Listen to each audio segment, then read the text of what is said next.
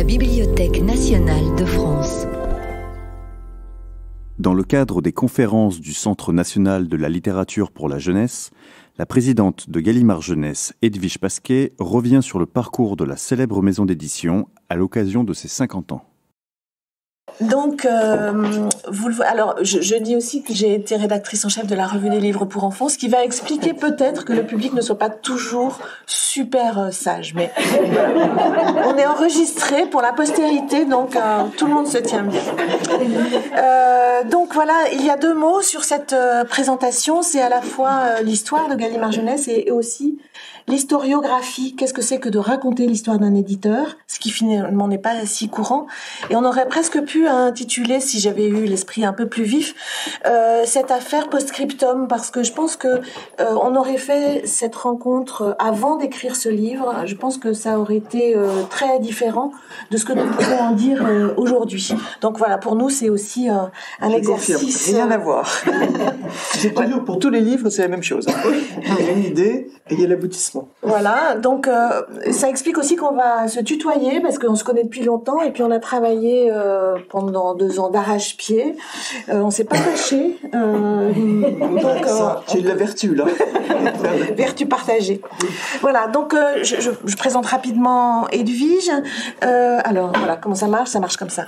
Alors pour les fans d'Edwige, on a fait exactement sous la même configuration et au même endroit il y a pratiquement 10 ans pile, une rencontre des visiteurs du soir, c'est Claudine qui avait organisé ça, qui est disponible sur le site du CNLJ, à la page des visiteurs du soir. Et donc, ma présentation d'aujourd'hui va être très très brève parce que vous pouvez tout savoir en écoutant ce podcast intéressant. Donc, tu es arrivé chez Gallimard en 1976, donc il te manque les 4 premières années, mais sinon tu peux nous raconter toute cette histoire en fait que tu as vécue depuis le départ de Pierre Marchand en 1999. Tu es la présidente de Gallimard Jeunesse, c'est ça, hein?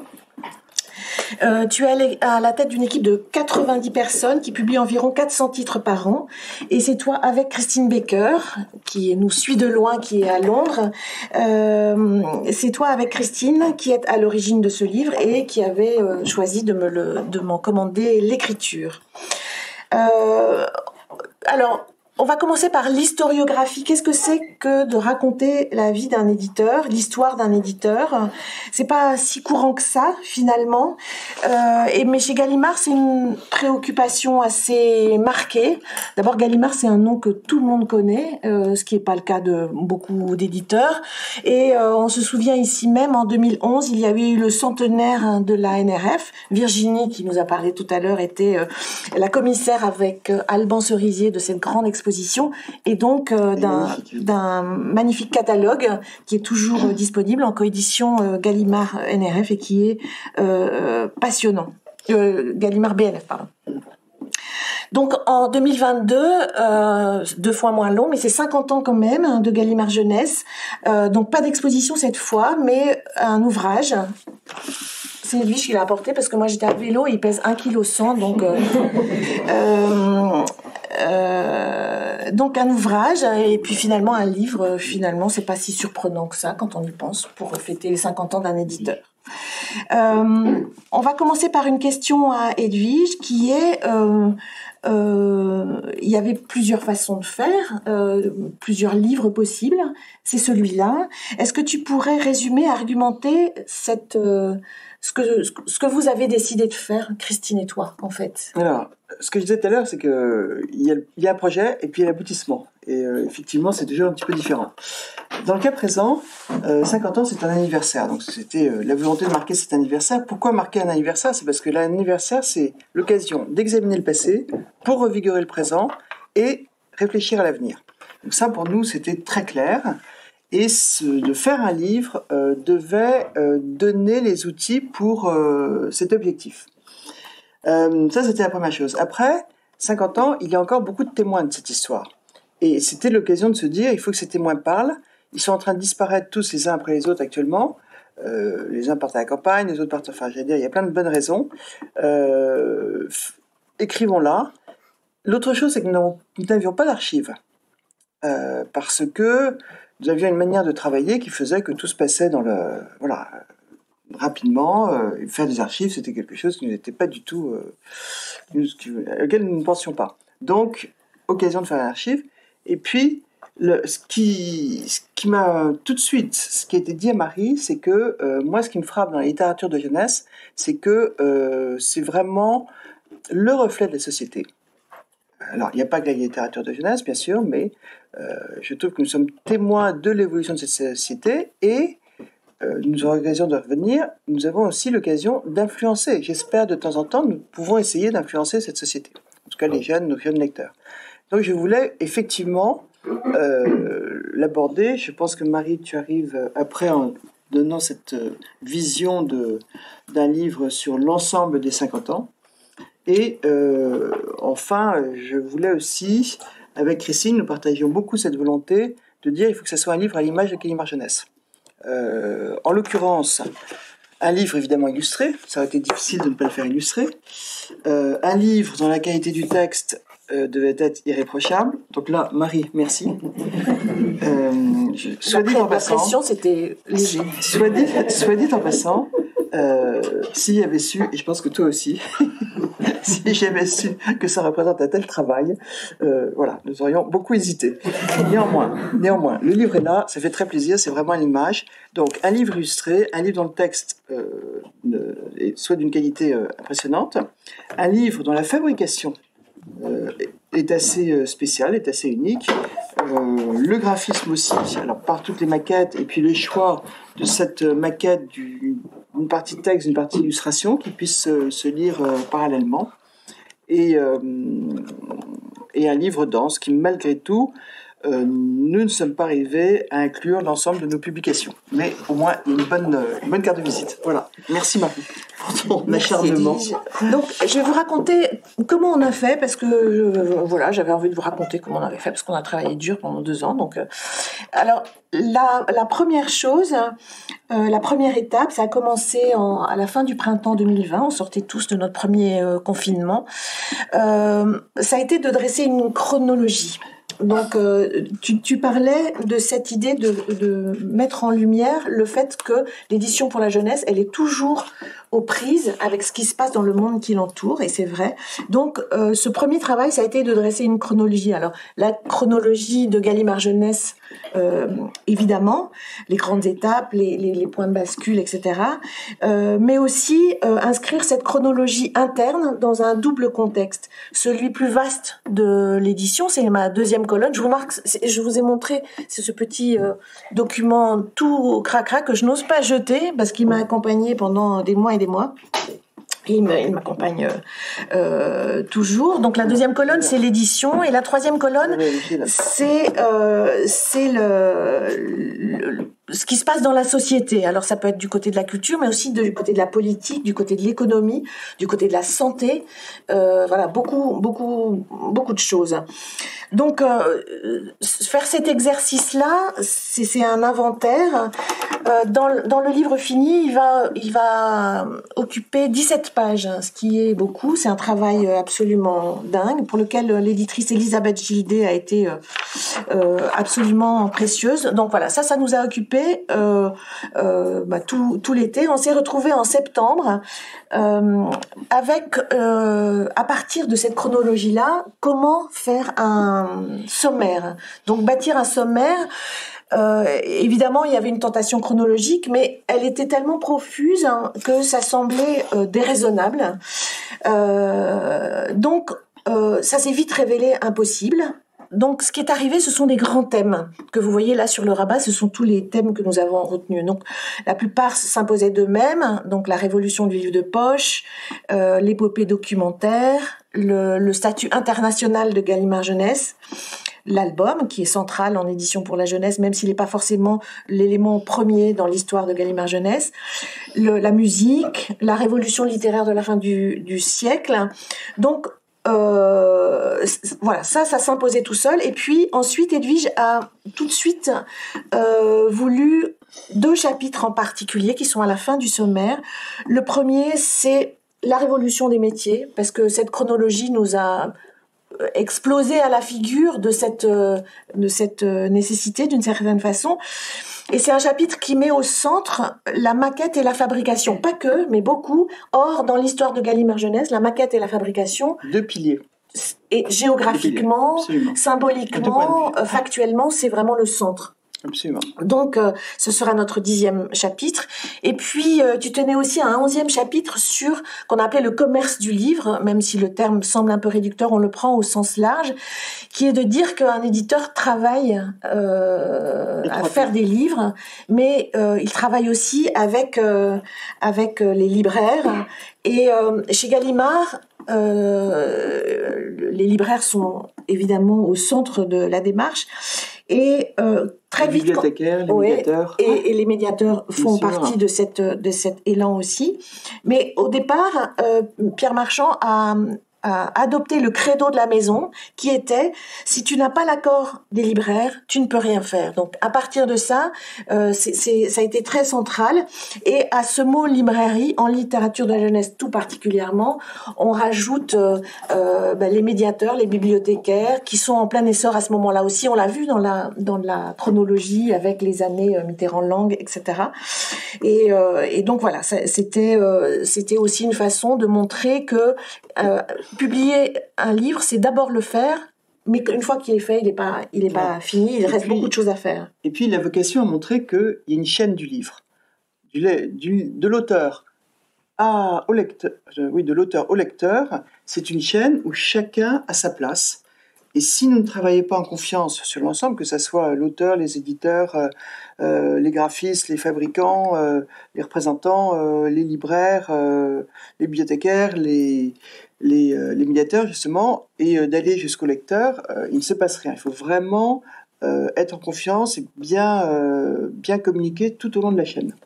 Et c'était la volonté de ces chapitres. D'autant que dans cette période, on voit aussi naître et se mettre en place le marketing, qui est très présent dans l'édition aujourd'hui, mais qui a existé avant d'avoir un nom, d'une certaine façon, parce qu'un éditeur, surtout un éditeur pour la jeunesse, ne travaille pas indépendamment de son public. Il a une conscience de son public, et c'est ça le marketing. Le marketing, c'est l'édition est une stratégie d'offre, toujours, mais qui a conscience d'avoir un lecteur. Et en littérature jeunesse, la conscience du lecteur, elle est dans l'intitulé même.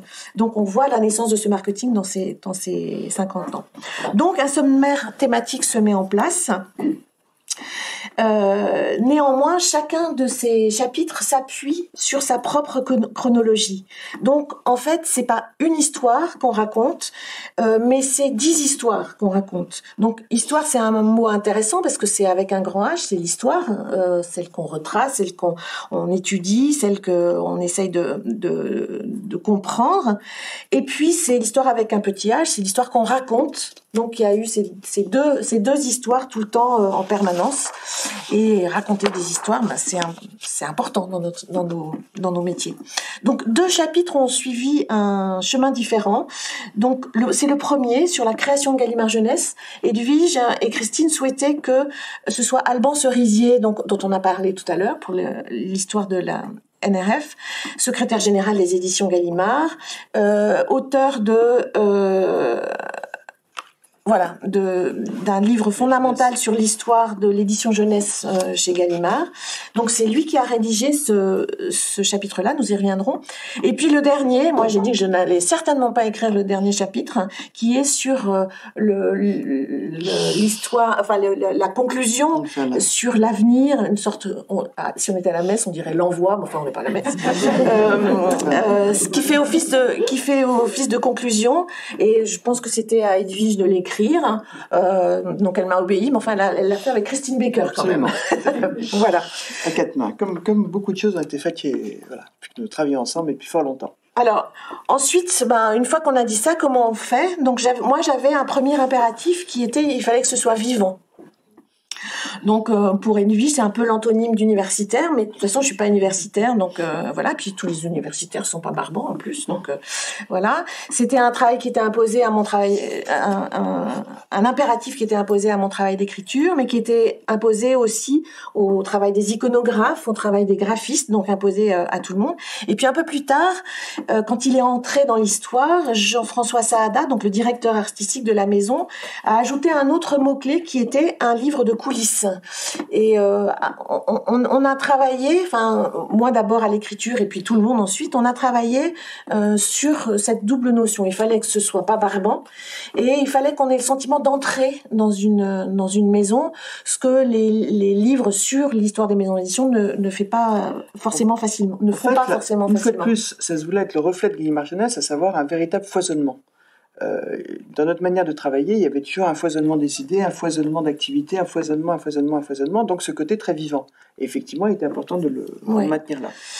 Et c'est aussi un travail qui est inscrit dans le temps, c'est-à-dire qu'on est en 2022, 21-22 quand on écrit, il y a beaucoup d'acteurs et des acteurs qui ont disparu.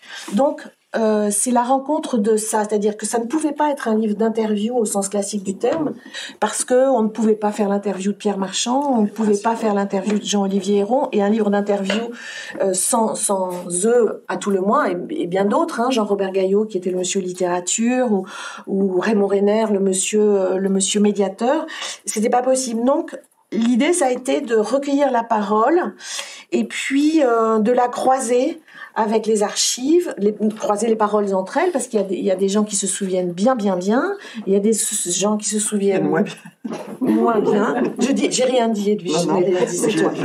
Rien entendu. Sur les dates. Dans des mémoires floues, des mémoires très précises, donc des récits qui sont subjectifs, forcément, donc il faut les croiser. Donc il y a une personne qui vous dit ça, et puis une autre personne qui dit « Ah ben non ». Non. Donc voilà. Donc on a dû croiser tout ça et puis avec travailler sur les archives aussi. Donc c'est un travail de patchwork en fait. Donc il y a à peu près une 50aine d'interviews sur le travail d'archives en plein confinement. Rappelez-vous-en, le site NRF Gallimard de Catalogue Général est absolument incroyable. Donc ça, tous ceux qui ont nourri ce site, je les ai bénis chaque jour. J'ai béni tout autant tous ceux qui font le catalogue en ligne de la BNF, parce que c'est une mine et c'est un instrument de travail incroyable. Et puis aussi le site du CNLJ qui met beaucoup de choses en archive sur la revue, sur les entretiens, sur les rencontres. Donc même en plein confinement, on arrivait quand même à travailler sur pas mal de choses. Je tiens à souligner le travail de Marie qui a non seulement crunché, mais interviewer et surtout approfondir réellement ses recherches. Donc le premier texte était à peu près fini. Donc c'est le texte, le mien, c'était 300 000 signes. Donc il était à livrer le 30 juin. Alors Edwige était étonnée, je le livre le 30 juin. Elle dit mais non, mais normalement on est en retard. Mais non. Faut dire que j'ai passé du temps dans la presse où on n'a pas le droit d'être en retard. Donc voilà, j'ai désappris ce que j'avais appris chez Gallimard de ce point de vue-là. Ensuite, il y aura toutes les relectures. Ce qui est une partie importante et très très délicate d'une telle entreprise, parce que pour moi, la difficulté, c'est que on me demandait un travail d'autrice en l'occurrence, ça signifie quelque chose, ça veut dire qu'on a un propos, qu'on a un point de vue, mais c'est aussi un travail de commande qui doit se plier par définition à la commande qui est passée. Et je vais revenir 2 secondes sur la relecture. Oui, ouais. Ce qui était très intéressant, c'est que effectivement, tu fais tout ce travail en amont, et après, chaque département de Gallimard Jeunesse, que ce soit le documentaire, la littérature, les albums, enfin, chaque département s'est approprié le projet, et en faisant cette relecture. Donc ça, c'était important pour nous aussi, que ce soit pas l'affaire de 3 personnes ou autre, qu'il y ait une véritable prise de conscience de l'ensemble de Gallimard Jeunesse. Et ça a été le cas. Et donc voilà. Et pour moi, le travail, c'était donc, souvenez-vous, il fallait que ce soit pas barbant, il fallait que ce soit des coulisses, et il fallait être à la fois dans le propos d'auteur et dans le propos de commande. Donc c'était pas super facile, et c'est au lecteur de décider de ce qu'il en pense. Je vais quand même, parce que c'est un peu comme si on avait le prix Goncourt, hein, toutes les deux. Je vais citer Cécile Boulère quand même. Voilà. Donc elle sait pas que je vais la citer, donc voilà. Elle m'a envoyé un message. Donc je vous en lis un petit extrait parce que je suis vraiment trop fière. Donc c'est Cécile qui parle. Je me suis justement dit ça en lisant le livre. C'est une commande, comment elle va se tirer de cette sale affaire. Mais tout reste extrêmement vivant. Ton texte n'est pas du tout connivant et pourtant tu racontes cette histoire de l'intérieur avec un accent mis sur des éléments que les historiens de l'édition ne mentionnent jamais, soit parce qu'ils s'en fichent, soit parce qu'ils n'ont pas de toute façon accès aux infos. Tout ce qui concerne la dimension très matérielle du livre, la question du papier, de la reliure, de la technique, j'adore ce livre pour ça. Il désacralise la création éditoriale en mettant l'accent sur la dimension collective, d'une part, et sur la question concrète et matérielle, d'autre part. Donc, comme je crois à ça, eh bien, c'est une lecture qui m'intéresse beaucoup. Pas mal, non ? Voilà. Ensuite, on arrive à l'objet. Donc, ce chantier, parce que c'est pas un objet anodin. Ce chantier commence en mars 21, donc il est parallèle au chantier d'écriture en grande partie. Il est placé sous la houlette de Jean-François Saada, le directeur artistique de Gallimard Jeunesse. Là, je cite Christine Baker.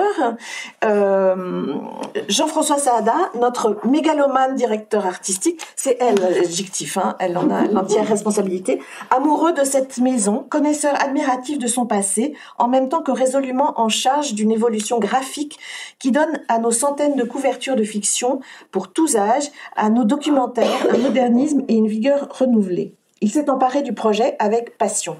Et surtout, il a voulu et su fédérer l'équipe entière de notre studio graphique, donc un peu en symétrie de ce qui s'est passé sur les relectures pour le texte, qui s'est enthousiasmé à la découverte d'une histoire qu'il ne possédait pas encore, des pépites qui jalonnent notre passé et qui fondent notre catalogue d'aujourd'hui.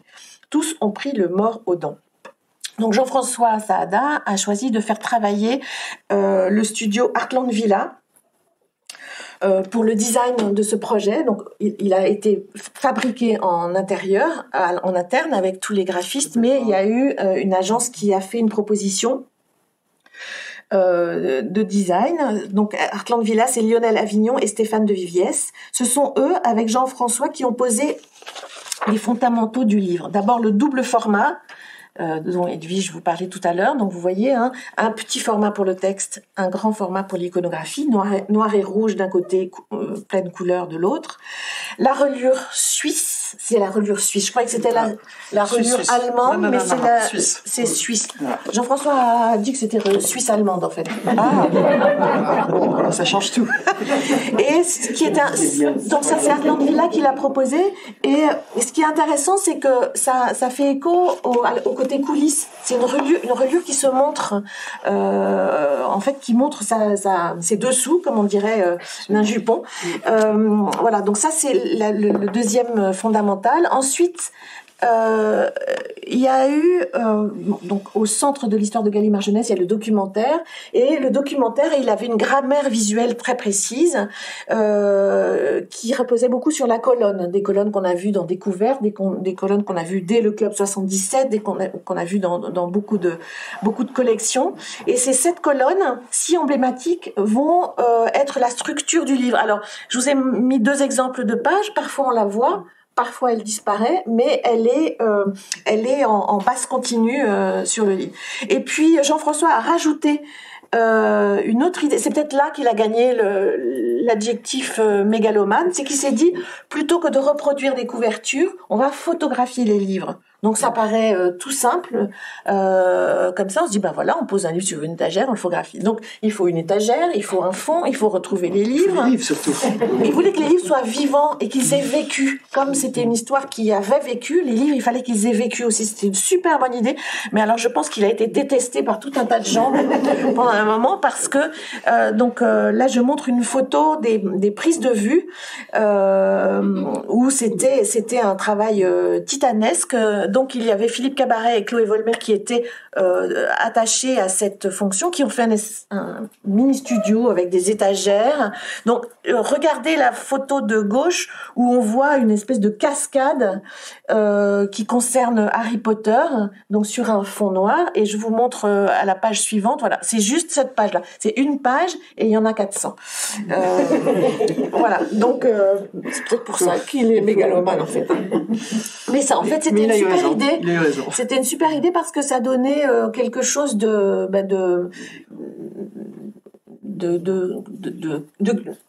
culotté, comme on dit, pour une théière. Donc à partir de cette étape, l'équipe du projet est constituée. Donc sur cette photo, vous voyez, alors c'est chez Raymond Stoffel, qui est un des graphistes historiques du département jeunesse, qui est sans doute aussi son meilleur archiviste. Donc tout le monde est allé voir pour justement regarder des livres qui n'étaient pas forcément faciles d'accès. Donc au premier plan, vous voyez Jean-François Saada, le directeur artistique. À côté de lui, Raymond Stoffel, qui sort toutes ses archives. Jeanne Elie, qui est l'éditrice, qui a eu la tâche ultra facile de gérer toutes les relectures. En privé, je vous dirai ce qui était en retard. Depuis, elle a pris sa retraite. Elle a pris sa retraite, voilà, elle est fatiguée. Et puis Thomas Dartige, puisque c'est un livre documentaire, il dirige le documentaire. Lui faisait un truc très très chouette aussi, c'est que il devait faire tous les plannings. Et donc, il en a fait plusieurs. Voilà. Et Jeanne disait, ça a un peu glissé. Et effectivement, ça a plusieurs fois un petit peu glissé. Mais bon, voilà, c'est comme ça. Donc à partir de ça... Oui, parce que l'anniversaire de Gallimard Jeunesse était en avril. En avril. Et il est sorti en octobre. Voilà. Le 1er avril, en même temps, c'est pas sérieux.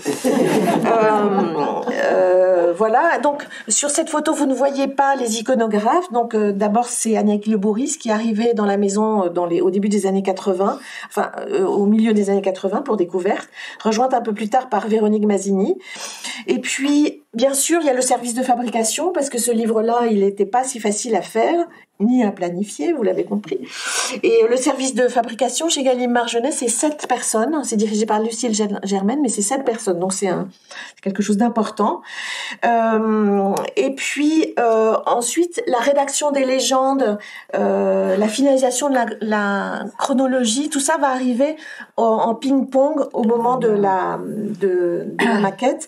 Et donc, tous les graphistes travaillaient chacun sur son chapitre et c'était fédéré par Jean-François Saada. Donc, outre le coût et le travail que représente une telle entreprise, il faut mesurer aussi la pression que ça représente pour l'équipe des graphistes et des éditeurs en poste. C'est-à-dire que vous faites un livre qui doit être à la hauteur de l'histoire de Gallimard Jeunesse, qui est quand même pas rien. Vos commanditaires, c'est Edwige Pasquet et Christine Baker, donc qui sont plutôt sympathiques, mais quand même. Le premier lecteur, ce sera Antoine Gallimard. Et tous ceux qui ont été les acteurs de cette histoire que j'ai interviewée, donc si je raconte des bêtises, et puis s'ils sont pas là, s'ils sont ceci, cela. Et puis en plus, vous avez symboliquement Pierre Marchand sur l'épaule.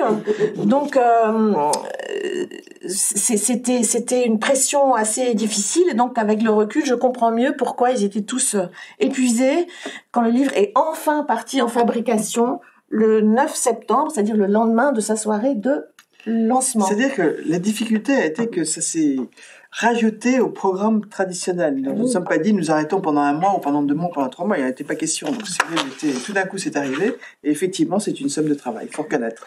J'avoue. Voilà, donc là on entre dans l'histoire, on quitte l'historiographie pour entrer dans l'histoire. Donc je regarde l'heure.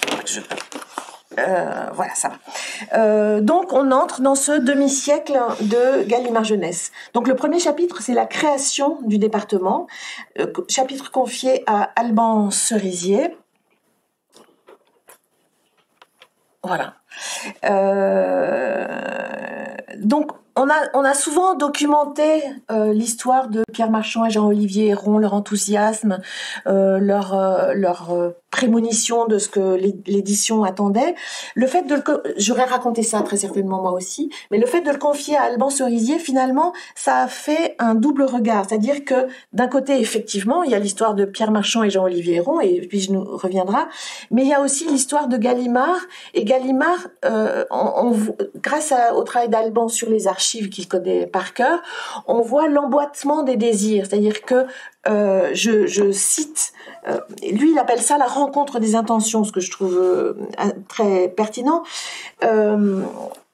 Pour Gallimard, 1972, année de la création donc, c'est une année charnière. C'est la rupture avec Hachette qui assurait la diffusion et la distribution, la création de la SODIS, la structure matérielle de diffusion, de distribution du livre, la création de Folio, puisque jusqu'à présent Gallimard donnait ses titres au livre de poche d'Hachette, mais rompant avec Hachette, il reprend ses titres et crée sa propre collection.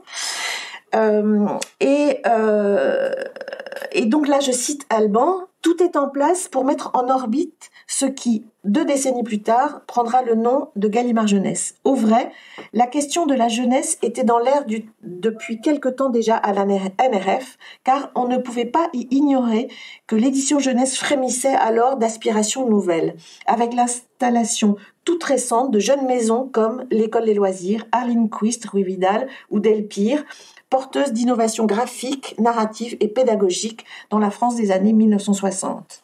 Il ne faut pas oublier aussi que 72, c'était 4 ans après 68. Donc il y avait véritablement une évolution de la société. Il y avait l'influence de Françoise Dolto, qui était de plus en plus grandissante. Donc il y avait cette prise de conscience de l'enfant. Et effectivement, chez Gallimard, qui avait trouvé un écho. Et alors, ça c'est là. Je voudrais citer absolument Massin. Donc Massin, qui est un graphiste. On connaît pas beaucoup de noms de graphistes, mais si on en connaît un, c'est celui-là. C'est le grand directeur artistique de la maison, qui sert d'intercesseur entre Claude Gallimard, qu'on a vu sur la photo précédente, et Pierre Marchand et Jean-Olivier Héron. C'est lui qui accompagne les premiers pas des 2 éditeurs dans cette impressionnante maison. Massin pousse depuis une dizaine d'années les feux de l'illustration et de l'image dans le catalogue célèbre pour ses couvertures blanches, qu'il a fait évoluer d'ailleurs. Je cite Pierre Marchand, on n'a eu qu'à suivre et il a été notre premier patron dans la maison. Et là on voit le folio numéro 1, dont on va trouver l'écho dans le folio junior numéro 1 5 ans plus tard. Donc là je me tourne vers Edwige. Donc en 1972, qui sont Pierre Marchand et Jean-Olivier Héron, donc les fondateurs de ce département, et d'où sortent-ils? Alors, ce sont 2 jeunes amis qui se sont rencontrés, tous les 2 fous de littérature, et Jean-Olivier Héron avait toute une expérience de l'illustration et du graphisme, et Pierre Marchand aussi un petit peu quelque part, mais ils avaient déjà tenté quelques projets éditoriaux. Pierre Marchand était né en Bretagne. C'était un jeune qui avait été relativement peu au collège et qui très rapidement était parti sur les chantiers navals de Saint-Nazaire et dans fil et aiguille est passé par un imprimeur, les imprimés Blanchard. Ça a beaucoup joué dans sa carrière parce que justement il connaissait toute la fabrication et l'importance de la fabrication. Puis Fleurus et puis donc il a rencontré Jean-Olivier Héron. Jean-Olivier Héron, au contraire, s'était beaucoup spécialisé dans tout ce qui était illustration, notamment illustration de publicité. Et à cette époque-là, on verra qu'il y a eu beaucoup d'illustrateurs en provenance de la publicité qui ont eu un rôle à jouer. Et ils ont eu ce projet de publier des ouvrages pour la jeunesse. Chez Gallimard, ce qu'il faut dire, c'est qu'il y avait déjà beaucoup de livres pour enfants, puisqu'il y avait eu Les Contes du Chat Perché, Le Petit Prince, L'Enfant et la Rivière, même Roald Dahl avait été publié, mais il n'y avait jamais eu réellement de département jeunesse. Et là, la décision de Claude de valider leur arrivée a été réellement de créer et de donner l'opportunité de faire un véritable département jeunesse. Ils sont passés par Voiles et Voiliers, c'était leurs dernières étapes avant d'arriver chez Gallimard Jeunesse, mais Voiles et Voiliers, ils étaient fous de mer aussi, l'un breton, l'autre, voilà, c'est une passion de la mer, et malheureusement l'aventure Voiles et Voiliers ne s'est pas très bien terminée, donc c'est là où ils se sont dit, bon, nous allons partir vers l'édition, ça sera peut-être plus facile. Donc, à ses débuts, le département jeunesse s'appuie prioritairement sur le catalogue littéraire, sur les fondations littéraires de la maison Gallimard. Et ce sera Mille Soleils. Donc, Mille Soleils, c'est une collection qui n'existe plus aujourd'hui, qui a été la collection fondatrice. Qu'est-ce que tu nous en dirais? Alors, ce qui s'est passé, c'est que quand ils sont rentrés chez Gallimard, ils avaient un cahier des charges. La première chose était de donner le goût de la littérature aux enfants en puisant dans le fond Gallimard, mais en donnant une belle présentation aux ouvrages. Donc justement, en faisant des couvertures illustrées très soignées. Et c'est là où Jean-Olivier avait toute cette connaissance des illustrateurs dans le domaine de la publicité et du graphisme aussi. Autre pilier de leur cahier des charges, c'était de faire une grande encyclopédie de la connaissance. On y reviendra ultérieurement. Mais donc ça, c'était la première collection tout de suite de mise en valeur du titre du fonds Gallimard, avec une jaquette, Mille Soleils, qui était effectivement comprenant beaucoup de titres. Et à chaque fois, il y a des illustrateurs, vous en connaissez peut-être certains, notamment avec Le Moine de Lessert, Roger Blachon, Bilal, Galeron, bien sûr, Galeron, en bas à droite, Galeron, Léonard Schmitt, voilà, c'était tous des grands illustrateurs, mais qui n'étaient pas forcément des illustrateurs pour la jeunesse. Est-ce que tu as envie de nous dire aussi un mot d'une de ces premières collections qui date de 1974, une collection d'activités. Donc c'est la première collection au format poche qui est en couleur, qui n'est pas littéraire puisque c'est de l'activité et c'est la première sur laquelle tu as travaillé. Alors effectivement, je vois que tu as choisi 2 titres. C'est quand je suis arrivée chez Gallimard, j'ai dû gérer l'édition de ces 2 titres. Donc vélo, je ne suis pas très forte en vélo, mais c'est pas grave, ça j'ai pu me débrouiller. En revanche, le football m'a vraiment posé des problèmes. Voilà. Donc au moins, j'ai appris, tout va bien. Mais si c'était une période d'essai, ça a marché. Indépendamment de ça, voilà. Indépendamment de ça, ce qui était très intéressant dans cette collection, c'est que déjà, nous pouvions voir des illustrations en couleur, très soignées. Quand vous regardez la qualité des photos, la qualité du papier, l'ensemble, et au format de poche, pour que ce soit des ouvrages qui soient mis à la disposition du plus grand nombre. Et ça, c'est quelque chose qu'on va retrouver très longtemps après chez Gallimard, cette possibilité au plus grand nombre d'avoir accès à des ouvrages de qualité et de ne pas cantonner les livres dans les livres cadeaux ou dans des situations particulières, mais au contraire que ce soit des objets de la vie quotidienne. Cela dit, si vous croisez des quinquajous, ouvrez-les, c'est assez sidérant parce que donc c'est de l'activité. Donc on voit des enfants qui s'en vont, on sait pas trop où, avec on sait pas trop qui, armés de haches. Oui, c'est surtout ça. Avec des couteaux. C'est tranquille, hein. C'est tranquille. Mais nos enfants sont vivants. Je sais pas comment ils ont fait. Voilà. Donc ça, c'est ces 2 collections fondatrices. Et on arrive à ce chapitre important qui est Folio Junior. Et cette période assez importante dans la littérature de jeunesse, qui a duré pratiquement 20 ans, où toute la littérature s'est écrite au format de poche. Donc on l'a vu, Folio commence en 1972, on a vu Massin y travailler.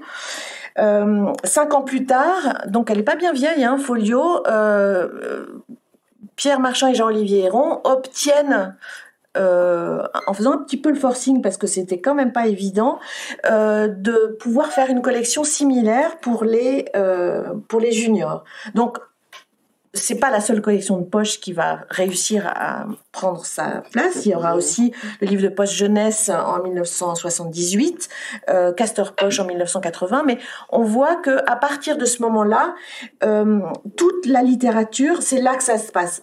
On connaît des auteurs aussi importants que Marie-Aude Muraille, par exemple, qui vient d'avoir le prix Andersen. Elle n'a eu un grand format, je crois que c'était Miss Charity en 2008 ou quelque chose comme ça. Donc elle a fait toute sa carrière au format poche. Donc c'était le format traditionnel.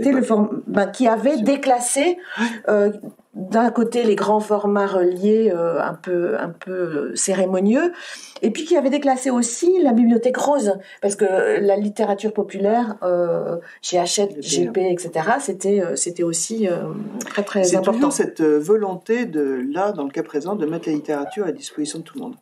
Et 77, qui est l'année de création de Folio Junior, c'est aussi l'année de création de J'aime lire, qui est le 2e pilier de cette révolution de la quotidienneté de la littérature.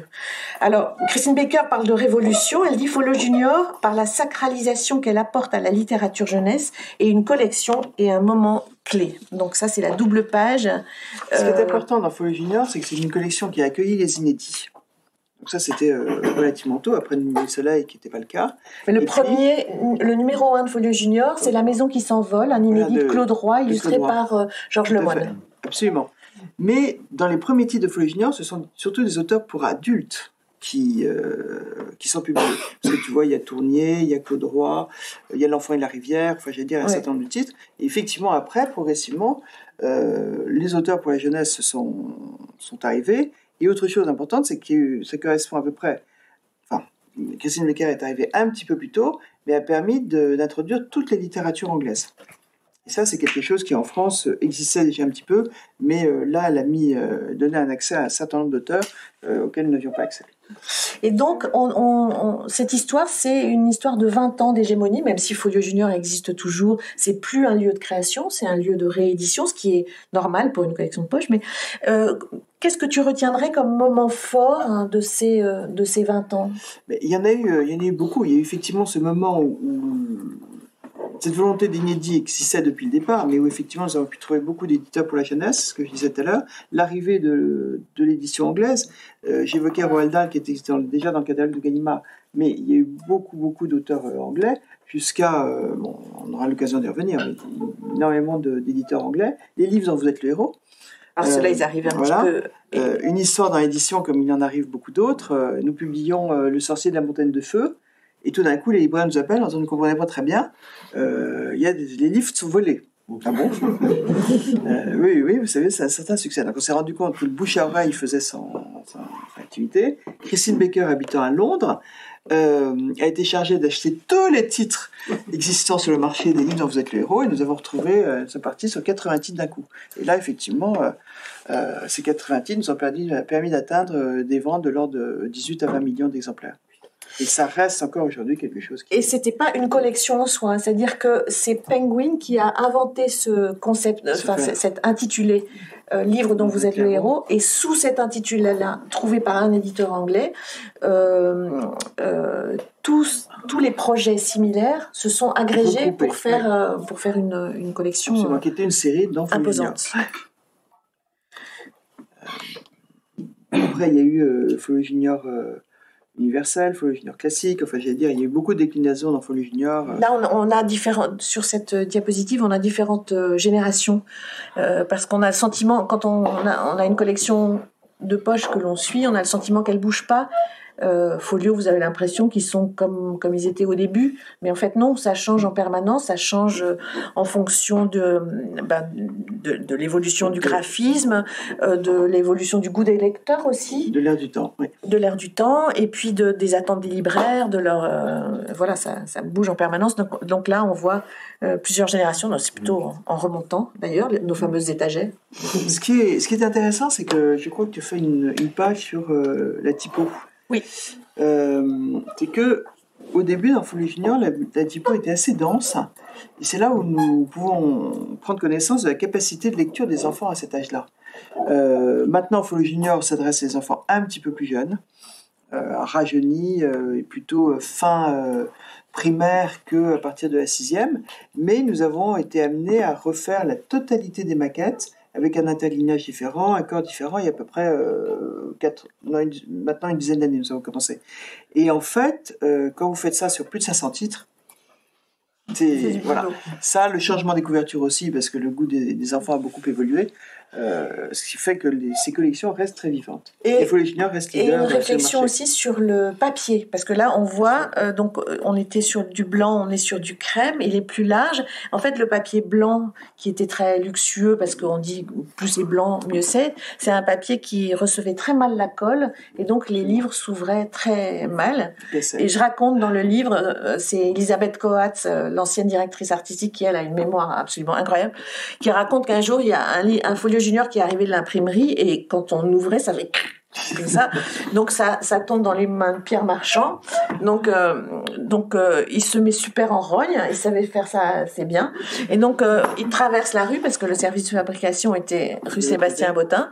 Il débarque à à la fabrication, donc super fâché, et donc le service de fabrication super gêné. Il dit, mais oui, mais en fait, on a mis le papier dans l'autre sens, dans le mauvais sens des fibres, pour faire des économies pour le... Et donc, à partir de ce moment-là, c'était une question qui n'avait pas été posée, en fait. C'est qu'il y a une réflexion sur la technique même de l'utilisation du papier, qui ensuite a essaimé dans toute l'édition, parce qu'il fallait vraiment que la souplesse, elle faisait partie du confort de lecture, en fait.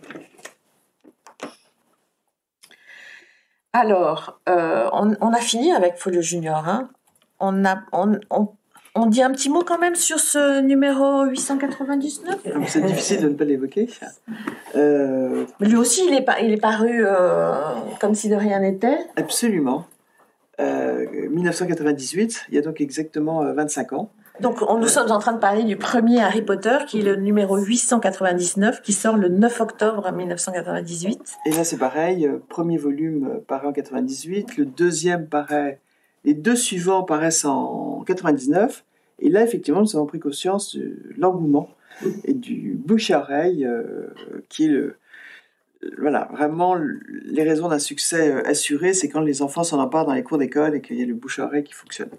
Et là, on touche du doigt quelque chose qui est apparu que j'avais pas formulé moi avant de commencer ce travail, c'est que le changement de siècle, là on est en 98, le changement de siècle pour toute l'édition pour la jeunesse, l'édition en général d'une certaine façon aussi d'un point de vue technique, mais surtout l'édition pour la jeunesse, elle est à un tournant majeur. Voilà, on va y revenir. Et on arrive au sujet de l'épopée documentaire.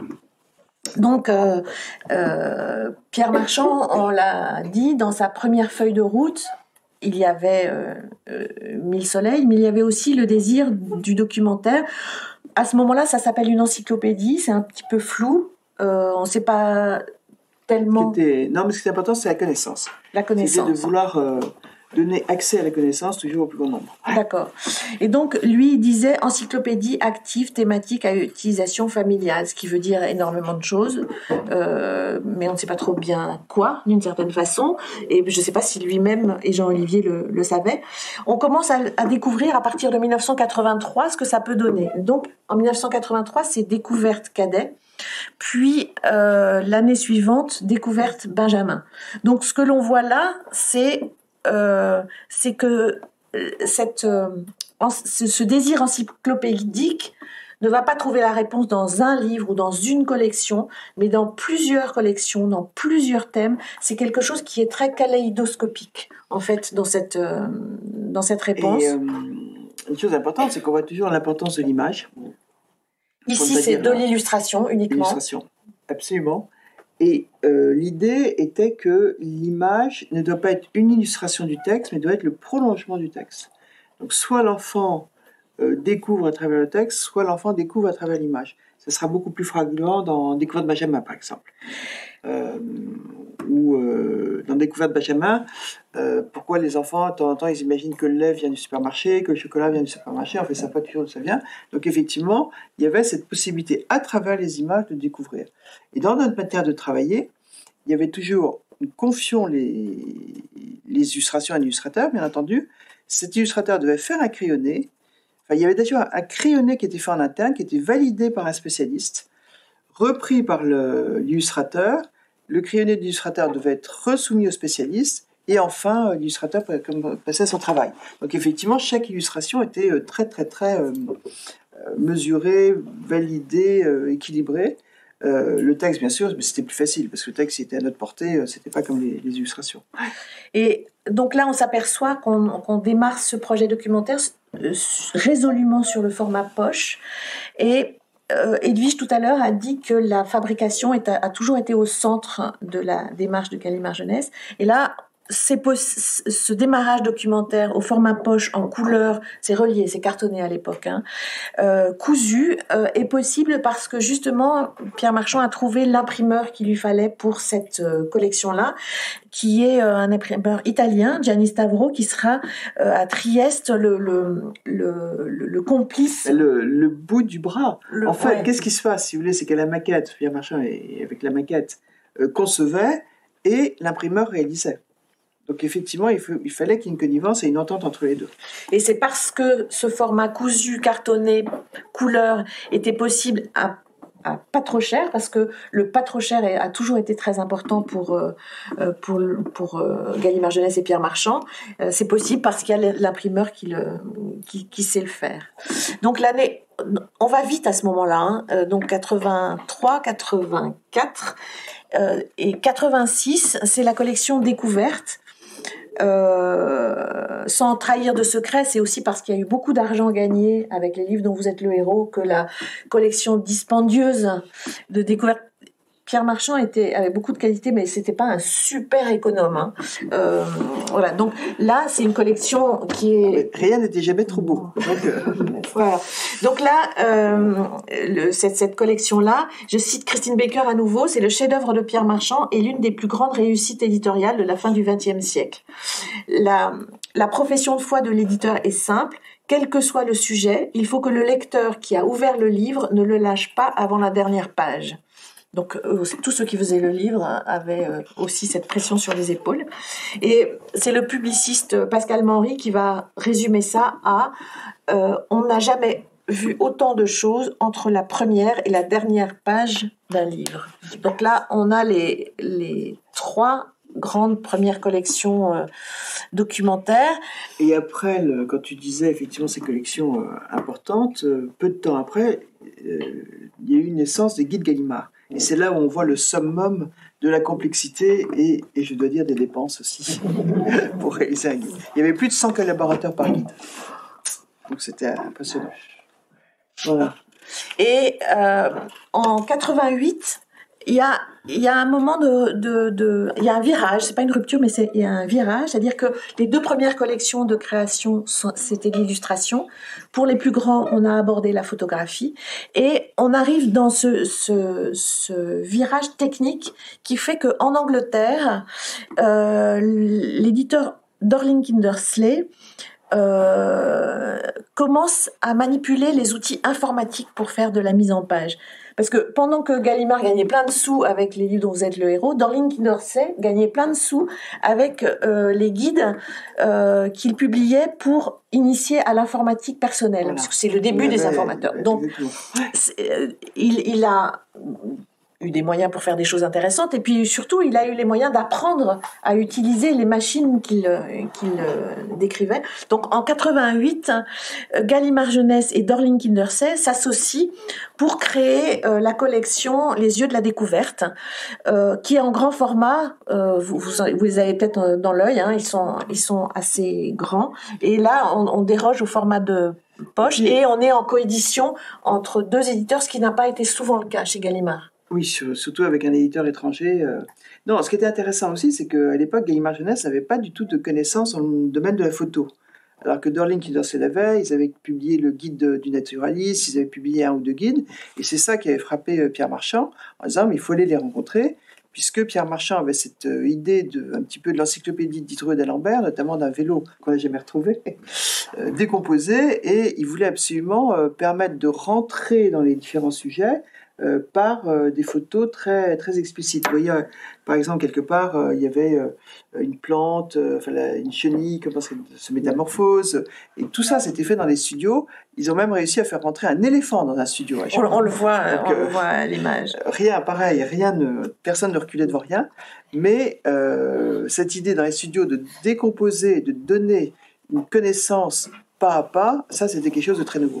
Et à l'époque, dans les bibliothèques, on pensait que c'était en fait un achat de droit de Dorling, alors que l'idée venait de Pierre Marchand, en fait. Complètement.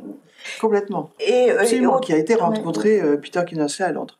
Absolument. Et ça, on le raconte dans le livre aussi. Et Autant Découverte était une collection iconographiée, c'est-à-dire que les iconographes sont allés chercher partout des documents.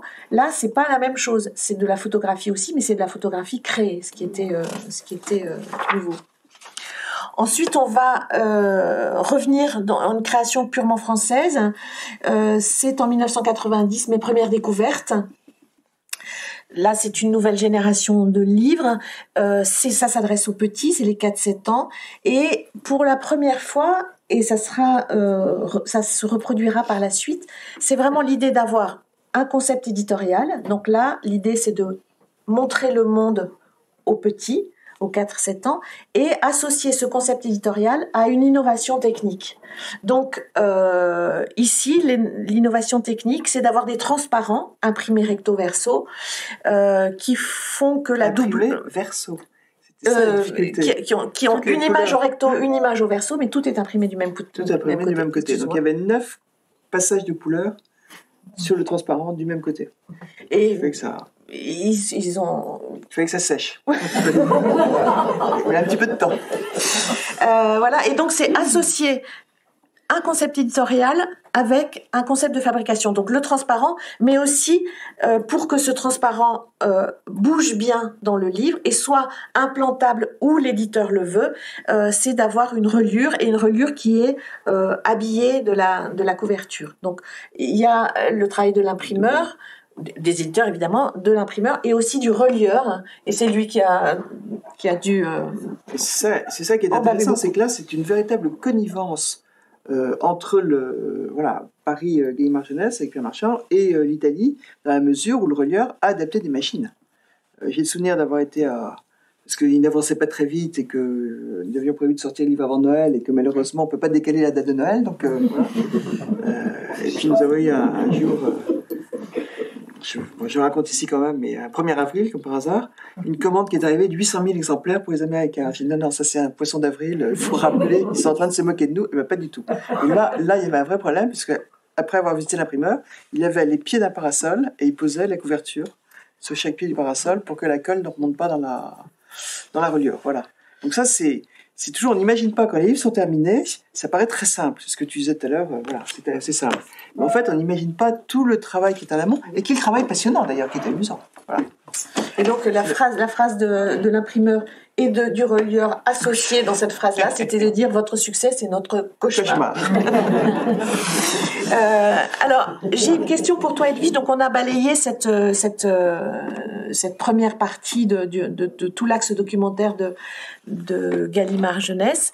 Ensuite, il y aura d'autres collections, il y aura Les Secrets, il y aura Racine, etc. Et puis en 2002, après le départ de Pierre Marchand, c'est Thomas d'Artige qui va relever le défi de continuer cette trace documentaire.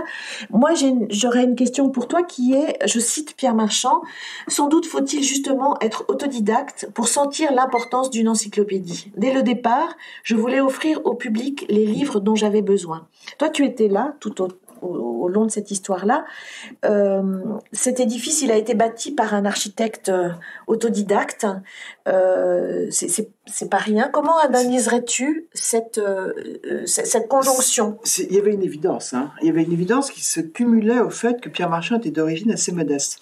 Donc, puisque, pour mémoire, dès qu'il a quitté le collège, il est devenu journalier avec son papa, c'est-à-dire qu'il ramassait des pommes de terre chaque jour dans une ferme différente. Et son papa était analphabète. Donc c'est tout ce qui lui a manqué quand il était enfant, qu'il voulait non seulement reproduire d'un côté, combler, reproduire, et il avait cette prescience du pas à pas et de l'accès facile, enfin de l'accès qui soit riche, très riche, de qualité, mais qui soit facile en même temps, et surtout mis à la portée de toutes les bourses. Ça a été donc c'est très clair. Il a vraiment été influencé par tout ce qu'il a fait au fur et à mesure dans sa vie. C'est comme je le disais, il est passé dans une imprimerie. Ça a vraiment joué sur sa carrière ultérieurement. À chaque fois, il était marqué par toutes ces différentes étapes. La période Pierre Marchand, donc, chez Gallimard, va s'arrêter au tournant du siècle, là aussi, en 1999, puisqu'il s'en va. Ça s'est pas arrêté, ça a continué. Donc, de cette deuxième moitié, donc au XXIe siècle, qu'est-ce que tu as envie que l'on retienne de ce que vous avez pu faire dans un contexte complètement différent, notamment avec la présence d'Internet dans les parages. Qu'est-ce que tu as envie qu'on retienne de cette deuxième partie de l'histoire qu'on voit moins ici ? Alors, il est clair que l'approche du documentaire était très différente. Et puis, aujourd'hui, bien évidemment, nous gardons la publication de certains documentaires pour d'apporter la connaissance. Ce qui est très intéressant aussi, c'est que là, il y a eu toute une évolution. Par exemple, sur les documents que nous pouvons utiliser, où nous passons à l'illustration, mais aujourd'hui, avec toutes les illustrations aussi qui sont complètement, non pas virtuelles, mais tout ce qu'on peut faire en médecine, ou dans tous ces domaines-là, qui sont des nouvelles illustrations, nous pouvons aller beaucoup plus loin dans le documentaire. En fait, ce qui est intéressant dans le documentaire, c'est que certains sujets, restent les mêmes, que ce soit les volcans, l'Égypte ou autres, mais c'est la manière d'aborder qui change. Et à chaque fois, les connaissances actuelles nous permettent d'aller plus loin. Donc ça, c'est tout un domaine. Et puis, il y a un autre domaine aussi dans lequel je pense que nous avons une très grande responsabilité, c'est de donner aux enfants la possibilité d'avoir un appareil critique pour aborder le monde d'aujourd'hui ou de demain, qui change beaucoup, qui change à toute vitesse. Donc, Thomas Dartige a pris la décision d'aborder un certain nombre de sujets d'actualité, que ce soit à travers une collection qui s'appelle Les Grandes Vies, que ce soit à travers BAM, ou au titre par titre, que ce soit des sujets qui traitent de l'environnement, du féminisme, ou des sujets sociétaux. Ça nous paraît quelque chose d'important. Et c'est une responsabilité, si vous voulez. Je pense que il y a 50 ans, le sujet de la connaissance était un vrai sujet. Or, aujourd'hui, oui, ça reste évidemment un sujet, mais la connaissance, ils peuvent l'avoir sur Internet. Même si elle n'est pas toujours exacte, malheureusement, ils peuvent la chercher un petit peu partout. En revanche, avoir la possibilité d'avoir des outils qui leur permettent de se forger des avis, des possibilités de réfléchir, ça, c'est important. Et ça, c'est notre rôle organiser le savoir. Le savoir, absolument. Alors... On clôt ce chapitre documentaire et on arrive à un chapitre qui est très important dans l'histoire de Gallimard Jeunesse et de l'édition en général, c'est la dimension internationale de la création éditoriale de Gallimard et la création éditoriale française en général. Nous revenons de la foire de Bologne, dont Pierre Marchand a été toujours un fervent défenseur et un proactif. Et cette année, nous avons eu l'occasion de lui rendre hommage et on a pu entendre sa voix à propos de l'importance de la dimension internationale de l'édition jeunesse. Je le cite, c'est un extrait vidéo d'un documentaire sur l'édition qui a été fait en 2001. Il dit... Vous avez l'obligation, si vous êtes éditeur, si vous êtes convaincu que votre texte est bon, que vos illustrations sont bonnes et que l'ensemble est bon, vous avez le devoir, vis-à-vis de votre illustrateur et de votre auteur, de le faire partager au reste du monde. C'est tout simplement un devoir. Dans ce sens-là, on peut être fier de ce qui s'est passé dans les 20 dernières années dans l'édition française, qui est aujourd'hui considérée comme une des meilleures du monde, sinon la meilleure, dans les deux sens, parce qu'elle donne au monde et parce qu'elle reçoit du monde et qu'elle transpose et transforme. Fin de la citation. Donc, la première preuve d'orchestre de ce parcours international, c'est assurément mes premières découvertes,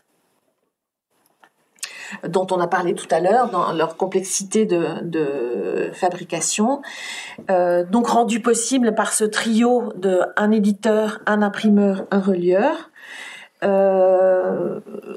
Comment tu nous raconterais cette histoire internationale ? Moi, ce que je voudrais rajouter en complément au texte de Pierre, il a évidemment raison. Aujourd'hui, ça a toujours existé. La responsabilité d'un éditeur, c'est la mise en valeur du texte de l'auteur avec lequel il travaille.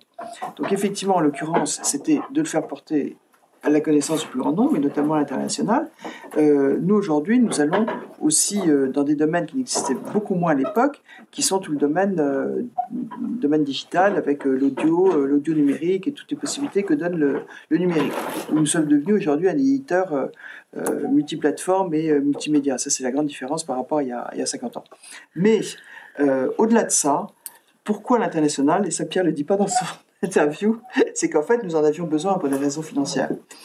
Parce que le fait de pouvoir imprimer plusieurs langues en même temps diminuait les coûts, c'est toujours cette obsession de diminution des coûts, diminuait les coûts et permettait d'obtenir des prix, d'amortir les investissements et d'obtenir des prix de vente intéressants. Et c'est pour ça que c'était le cauchemar d'un imprimeur, parce qu'il était amené de temps en temps à traiter 19 langues en même temps.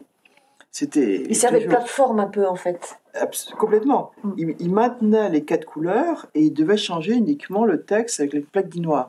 Donc quand c'était du chinois ou du coréen ou autre, il fallait quand même avoir des même si les gens ne parlaient pas chinois et coréen, il fallait être très très très organisé pour ne pas inverser des cahiers. Et mais c'était indispensable. Une collection comme première découverte, qui a été inférieure à 10 euros, qui était de l'ordre de 8 euros à un moment donné, nous n'aurions jamais pu la faire si ça avait été un tirage uniquement français. Même si les tirages étaient importants, ça aurait été... en tout cas, pour un certain nombre de pays qui ont plutôt des tirages à 4-5 000 exemplaires, ça n'aurait pas été possible. C'était 25 langues ou quelque chose comme ça? Oui, il y a eu oui, absolument. Plus de 25 langues même. Il y a même eu le serbe, il y a eu... il y a eu des langues absolument étonnantes. Je me demande si c'est pas une édition en latin, à un moment donné. Je ne parle pas du corse, du breton et tout ça, ça c'était évident. Voilà. Et donc, se constituer un réseau international, ça a pris du temps quand même, parce que vous l'avez commencé sur Quincajou. Absolument, c'était la première expérience. Ça, c'était Jeanne Clément, qui était directeur d'export, qui était un Anglais, et qui avait déjà cette expérience de la coédition en Angleterre. C'était beaucoup plus courant en Angleterre. En France, ça n'existait pas. Donc, il nous a appris à travailler une coédition, à rechercher des éditeurs étrangers. Alors, quand tu disais tout à l'heure, aujourd'hui, Gallimard, évidemment, c'est connu et il n'y a pas de problème. Moi, j'ai le souvenir, avec mes dossiers, d'aller rencontrer les éditeurs étrangers. C'est qui? Vous êtes qui? Vous êtes Gallimard? Voilà, à l'époque, il y avait des éditeurs américains ou autres. Oui, qui demandaient des plaies, je me souviens. Et oui. Christine Maillard qui racontait ça. Et alors, le problème que nous avions, c'est que nos ouvrages qui étaient de très grande qualité, même s'ils étaient abordables, ils restaient toujours chers pour le marché étranger. Et à chaque fois, les éditeurs nous appellent non, much too sophisticated, c'est-à-dire ils sont beaucoup trop beaux, c'est pas pour notre marché. Alors nous, on était très déçus, on disait, mais justement, c'est l'objectif de faire des beaux livres. Voilà. Mais il a fallu crever l'abcès. Ce que racontait Anne Bouteloup, qui a été longtemps la responsable des droits internationaux pour Gallimard Jeunesse, c'est que la France a une chance dans cette configuration, c'est que c'est une population importante, beaucoup d'enfants, un marché important constitué avec des librairies, des médiateurs, etc. On en a parlé. Et donc, ça permet à un éditeur français de faire un premier tirage en France, parfois, et de pouvoir arriver à Bologne avec des chiffres de vente en disant mais on a un très très bon accueil, on a eu un prix pour ceci, on a eu des réimpressions pour cela, etc. Et donc ça permet, quand on est soi-même acquéreur de droits étrangers, le fait de savoir que le livre a déjà bien marché dans un pays important au sens démographique du terme, c'est quelque chose qui l'aidait énormément. Absolument. Et c'est vraiment quelque chose qui est reconnu. Et ça, c'est merci Jack Lang.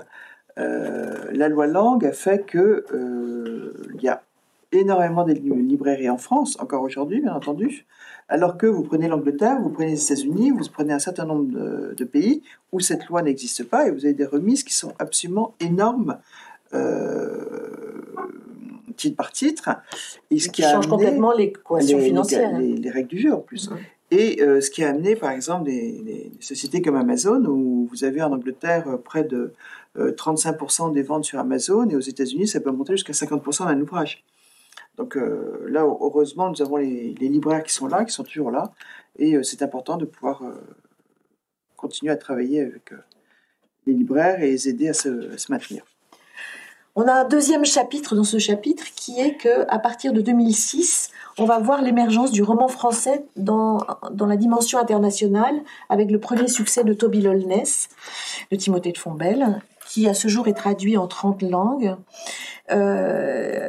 Juste après, il y aura la prouesse de La Passe Miroir de Christelle Dabos, donc 4 titres publiés entre 2013 et 2019, plus de 2000 pages à traduire et qui auront été traduites en 20 langues. C'est le trophée de l'édition internationale en 2020.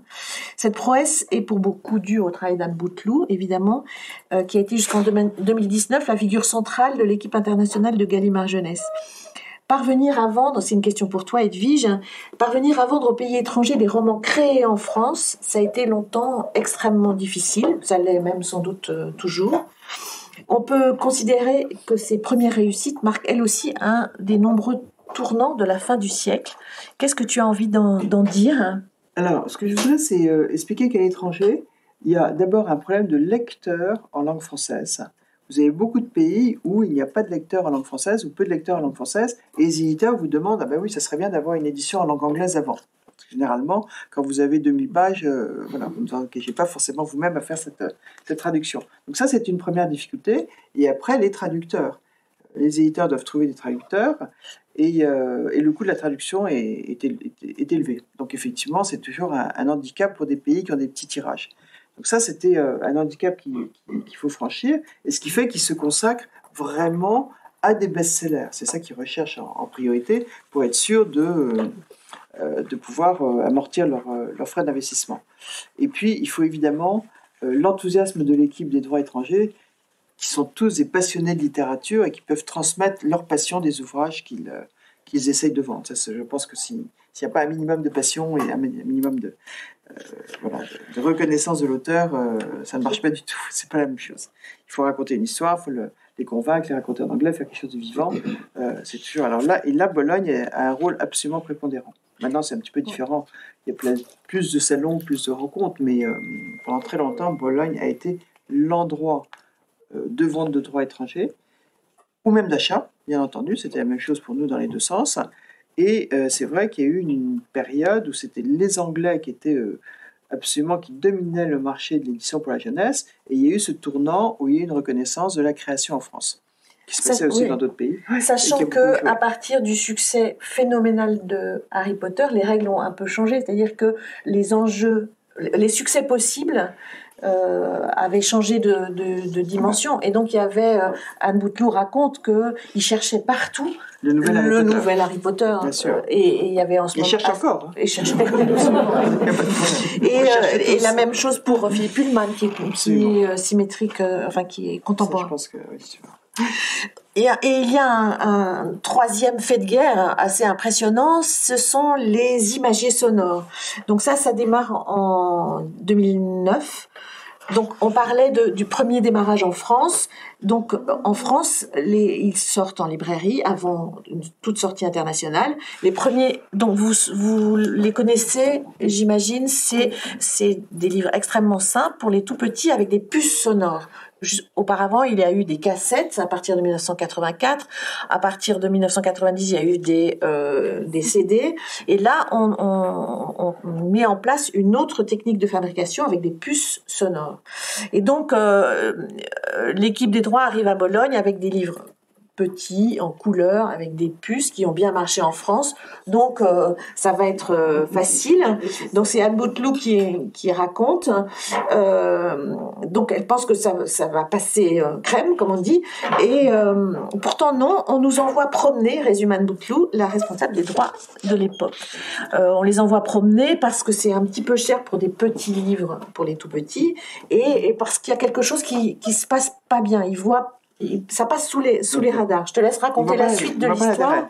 Je crois qu'on va revenir 2 minutes après dessus. C'est que chez Gallimard Jeunesse existait déjà le département Gallimard Jeunesse musique, qui avait démarré avec des albums CD, et qui était la reconnaissance, qui a été créé par Paul Duboucher, qui était la reconnaissance que le son était finalement avant l'illustration et avant le texte.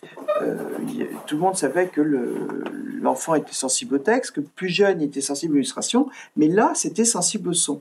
Et du coup, ce travail autour du son et de l'importance du son nous a amené à réfléchir à des ouvrages pour les enfants un peu plus jeunes, mais toujours la même chose quand nous avons lancé, nous pensions que c'était pour les enfants de 2 ans, 2 ans et demi, 2 ans, 4 ans, et que s'est-il passé quand les petits imagiers sonores ont été lancés? Finalement, très rapidement, ce sont les bébés qui se sont appropriés. Donc ça a été très intéressant pour nous, et c'est ça qui fait le succès des petits imagiers sonores, de voir que les bébés s'amusent à pousser sur la puce, et que quelque part, ils recherchent la puce dans la page d'illustration aussi. Donc il y a ce double fonction du son et qu'ils aiment bien, et que c'est très répétitif, ils y reviennent assez souvent. Donc pour nous étions très convaincus, mais c'était toujours le même problème. Le processus de fabrication faisait qu'il y avait quand même un certain prix, inévitable. Et pour les marchés, où vous avez des marchés qui peuvent être très normés comme aux États-Unis, un livre d'un certain format ne peut pas dépasser $6. Donc là, effectivement, c'était totalement en distorsion avec leurs possibilités, et du coup, on n'arrivait pas à le vendre. Ce qui était un peu dommage. Mais c'était toujours ce souci d'innovation aussi de Gallimard Jeunesse, essayer de faire quelque chose un petit peu différent, d'élargir la possibilité du livre, même si ça reste un livre, même si il doit être très beau, il doit être de qualité, il fait rentrer l'enfant de manière interactive et il va plus loin que le livre habituel. Voilà. C'était ça l'idée du petit Magic sonore. Et Anne Bouteloup raconte que, en fait, pendant l'été qui a suivi cette foire de Bologne, qui s'était pas super bien placée pour la collection, il y a une des éditrices allemande qui vient passer ses vacances en France avec sa petite fille et que dans une librairie, la petite fille achète le livre et que qu'elle a vu que c'était peut-être une bonne idée de rappeler Gallimard. Bon, vu les chiffres de vente qui ont suivi, je crois que c'était un bon ravissement. En 10 ans, nous avons vendu plus de 10 millions d'exemplaires dans le monde entier. Donc, effectivement, le gap a été vite rattrapé par la suite. Mais et aujourd'hui, c'est l'activité principale du département des droits internationaux. Absolument. Et des droits internationaux. Christophe dit que les parents maintenant disent « Votre succès, c'est leur cauchemar ». Alors, il faut quand même remarquer une chose, c'est que tous ces sons, ce sont des sons réels avec des enregistrements réels. Ce ne sont pas toujours de la bande musicale et autres, donc nous apportons un soin particulier. Absolument. C'est pas un son synthétique. C'est pas un son synthétique, tout à fait. J'allais dire, il y a un certain nombre de choses qui est faites pour favoriser l'accueil des parents. C'est pas VTech non plus, ça va. VTech, c'est des jouets horribles. Alors, on arrive, on clôt ce chapitre international et on arrive donc à cette révolution littéraire de la fin du siècle. Donc je vous l'ai dit rapidement, mais pour moi c'est une découverte de ce travail. Peut-être que tout le monde le savait en fait, mais moi j'avais pas mesuré à ce point-là.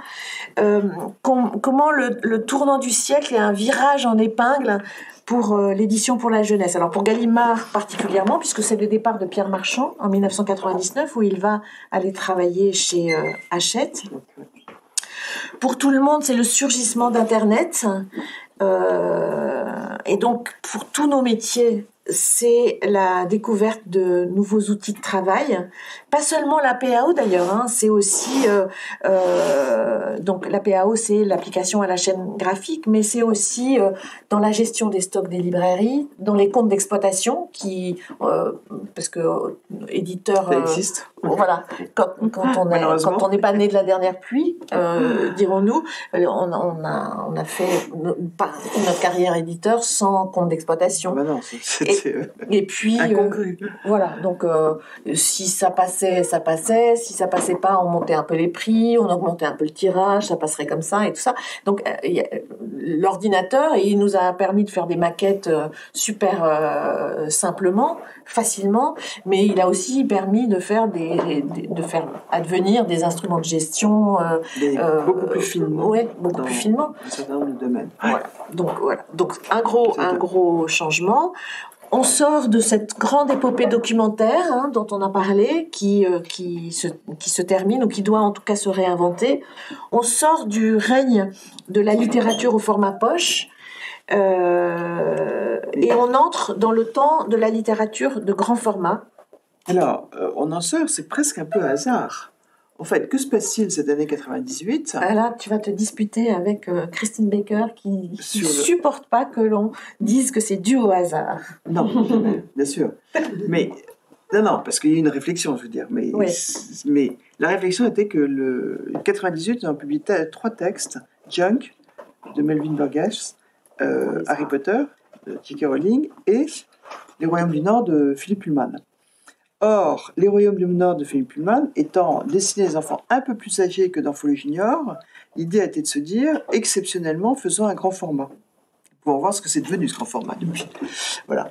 Et donc, et ce qui est intéressant, c'est que quand je disais que nous sommes influencés par l'évolution de la société, l'exemple type, c'est Junk.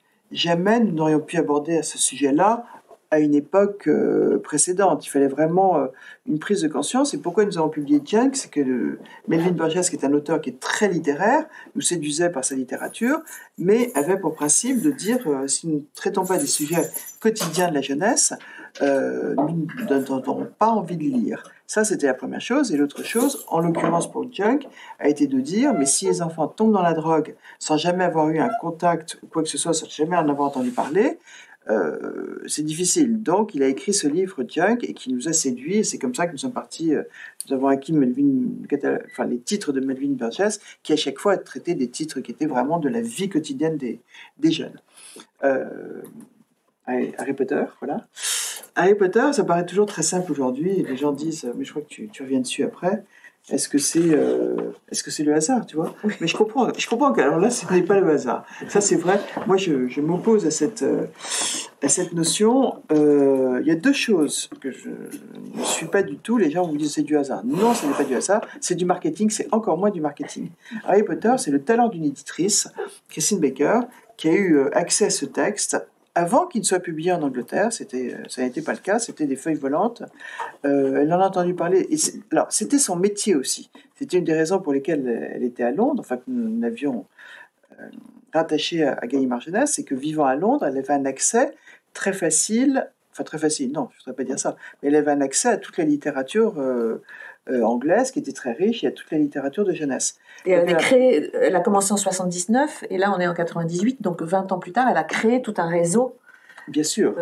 Et c'est comme ça qu'elle avait entendu parler de ce manuscrit qui avait été reconnu par une bibliothécaire en Écosse, et là, concomitamment, rencontré un de ses amis qui était Barry Cunningham, qui venait de rentrer dans une maison d'édition en Angleterre pour démarrer un département jeunesse. Et c'était une petite maison d'édition, à peu près, qui publiait 20 à 30 titres par an. Depuis, je peux vous dire qu'ils sont rentrés en bourse. C'est complètement différent. C'est Bloomsbury. Voilà. Donc, en discutant, elle a lu le texte, il a dit, écoute, regarde. Elle a lu le texte, elle a tout de suite été enthousiasmée.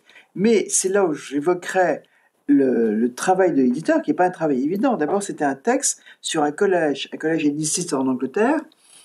Ça pouvait ne pas du tout parler au français. C'était un texte sur de la fantaisie. Il y avait encore relativement peu de fantaisie en France à cette époque-là. Donc il y a vraiment eu un pari risqué d'éditeur. Et c'est son talent d'éditrice, d'avoir su se projeter sur l'avenir, qui a fait qu'elle a choisi ce texte. Mais si vous me dites, si quelqu'un me dit qu'il avait imaginé le succès d'Harry Potter à ce moment-là, alors là, je lui paye 3 caisses de champagne. C'était absolument pas le cas. Ou tu traites de menteur. Non, je ne me permettrais pas. Et donc à ce moment-là, tout va changer, en fait. Alors, tout change parce que déjà, l'opportunité de grand format donne beaucoup plus de possibilités. 4e volume d'Harry Potter arrive, et là, par le fait du bouche-à-oreille qui n'avait pas existé qu'en France, il avait déjà, à ce moment-là, il était publié à l'étranger, on commence à sentir frémir le succès international. Donc nous décidons de le mettre au grand format. Il n'a pas été le second volume au grand format. Le second volume grand format était un Français qui était Eric Lhomme, que nous avons reçu qui est venu ici en conférence et qui est venu visiteur du soin. Voilà. Eric Lhomme, quand nous avons reçu ce manuscrit, tout de suite nous avons été très enthousiastes sur ce manuscrit, et c'est intéressant parce que voilà, cette évolution de la société Junk, évolution sur la société. Eric Lhomme était venu voir Jean-Philippe Arovigno parce qu'il rentrait d'Afghanistan où il avait été à la recherche du Yéti. Voilà, et que Jean-Philippe Arovigno avait écrit un ouvrage sur le Grand Nord et sur l'homme, voilà. Eric Lhomme m'a dit, mais non, regarde, lis Harry Potter. Et il est revenu quelques mois plus tard avec La Terre des Étoiles. Le livre des étoiles. Le livre des étoiles, pardon. Ouais, il est venu quelques mois plus tard avec le livre des étoiles, et dont on connaît le succès, et qui a tout de suite été numéro 2 grand format. Donc à partir de ce moment-là, les grands formats ont été développés, et effectivement, la collection de poche est devenue une deuxième édition. Mais quand on voit ce triplé de livres, donc Junk, qu'on met à part parce qu'il est sur un sujet difficile et la couverture le montre d'une façon très claire, on peut poser quand même une question qui est, vous avez entre les mains 2 textes voisins qui sont d'un côté Les Royaumes du Nord, qui paraît en grand format, et d'un autre côté Harry Potter, qui paraît en folio junior. Est-ce que tu peux nous dire pourquoi ce choix s'est différencié ? À l'époque, Harry Potter pouvait s'adresser à des enfants plus jeunes que Les Royaumes du Nord. Donc il nous a paru évident que ce soit dans Folie Junior. Et justement, le Royaume du Nord, qui était un peu plus difficile d'accès, c'est la raison pour laquelle nous ne l'avons pas mis dans Folie Junior.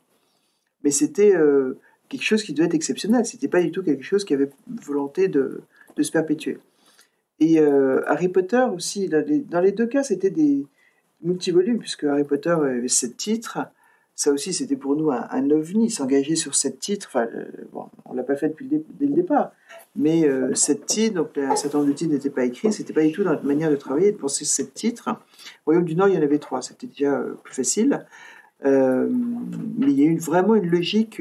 Harry Potter, on ne s'est même pas posé la question. Même pas. C'était Folio Junior. C'était l'ensemble des titres qui arrivaient dans Folio Junior et ça faisait partie de la collection Folio Junior.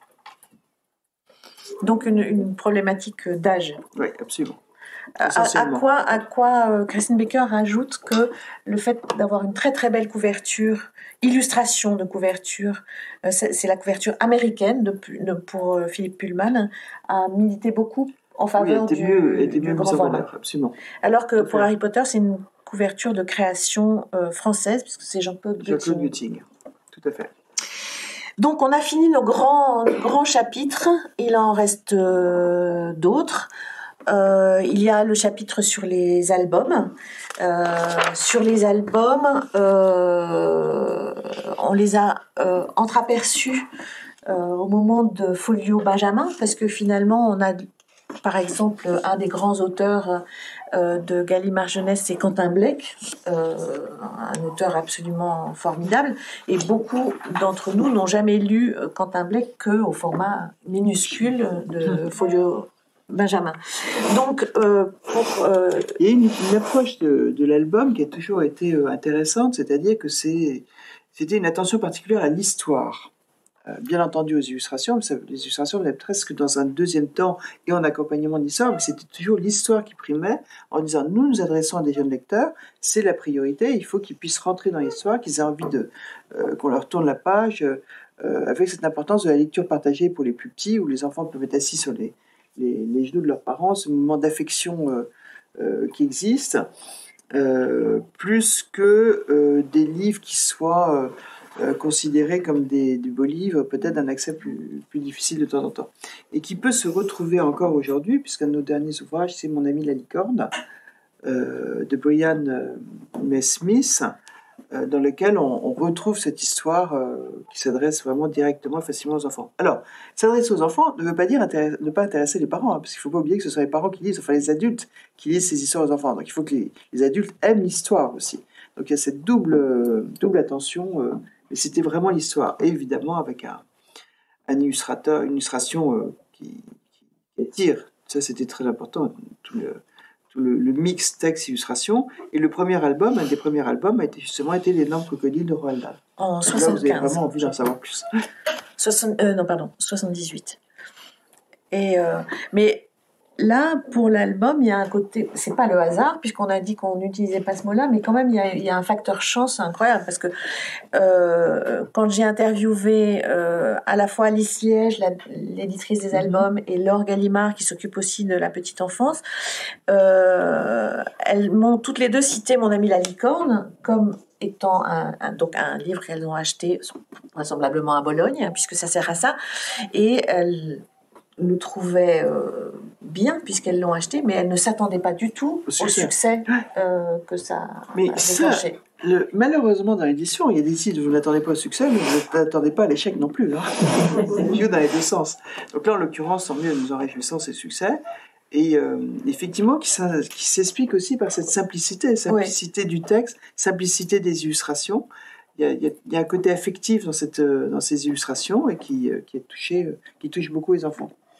Et c'est vrai quand on le lit, on se dit mais oui, c'est évident que c'est un succès, mais on est toujours super devin après coup. C'est facile de dire après. Ouais. Et du côté des albums, il y a aussi, à côté de Gallimard Jeunesse, une petite bande à part qui est Giboulet. Oui. Donc Giboulet qui est un label qui a été créé par Colline Faure-Poiret en 1993.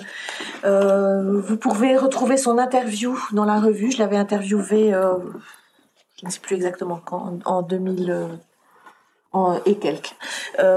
Mais vous trouvez son archive sur le site. Donc elle aussi, elle est éditrice d'albums, puisque elle ne publie des livres que pour les petits. majoritairement.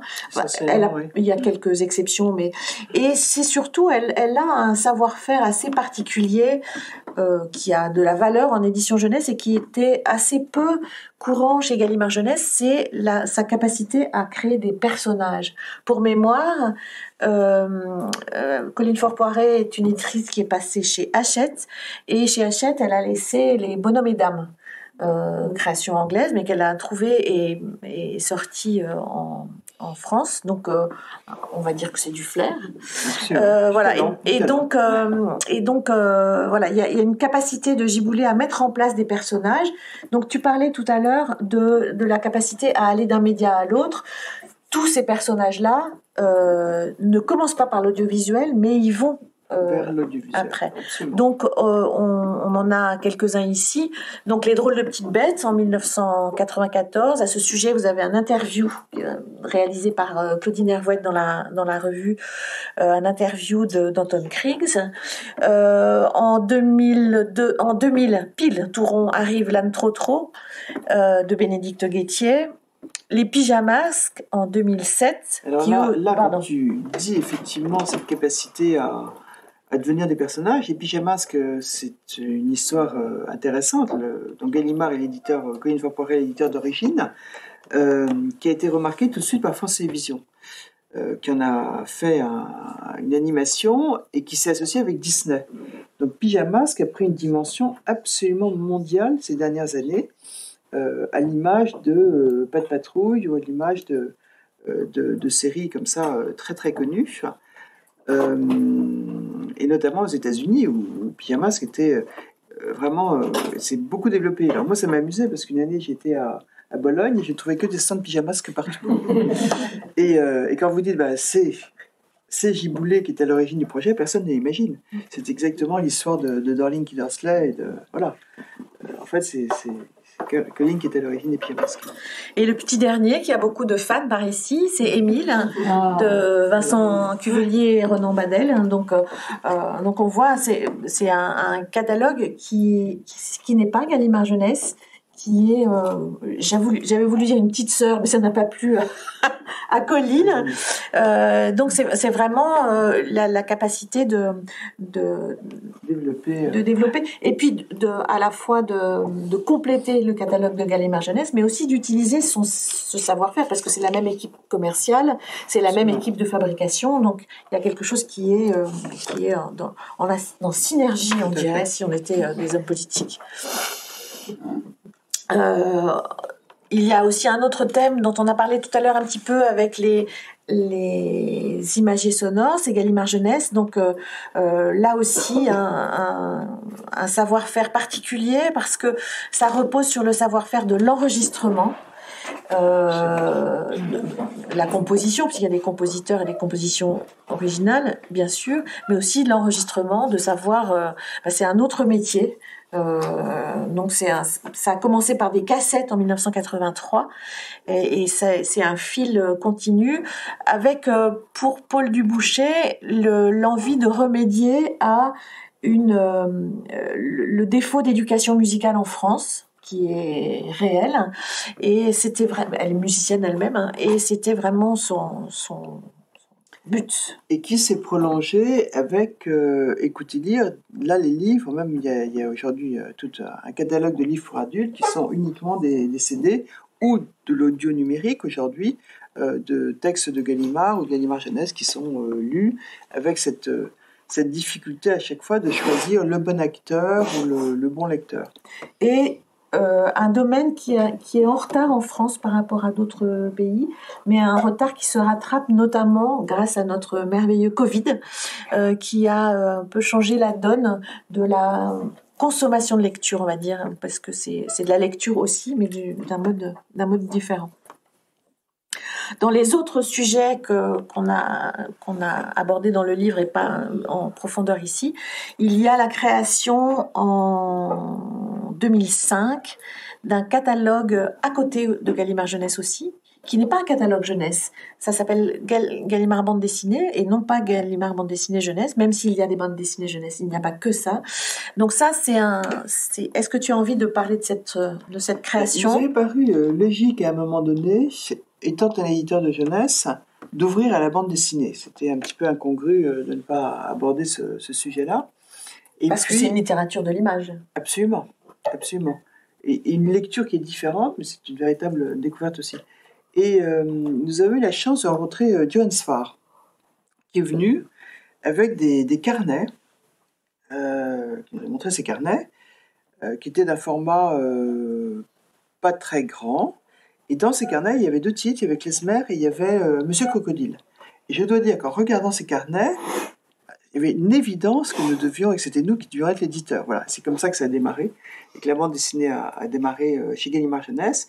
Et puis après, aujourd'hui, c'est Thierry Laroche qui dirige aussi la littérature, passionné de bande dessinée, qui a développé ce catalogue avec plusieurs types d'ouvrages. Notamment, il y a un certain nombre d'ouvrages qui sont une approche littéraire et d'adaptation de textes. Vous pouvez voir là, par exemple, L'étranger ou Le Petit Prince.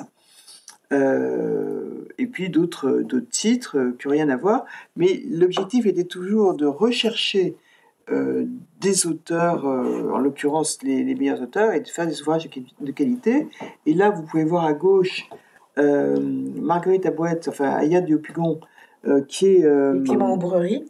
Et Clément Aubrerie, bien entendu, qui à l'époque n'était pas spécialisé en bande dessinée, c'était un illustrateur de jeunesse, qui aujourd'hui vient de sortir avec succès le 7e volume, et qui est passé d'ailleurs à la Grande Librairie il y a peu de temps.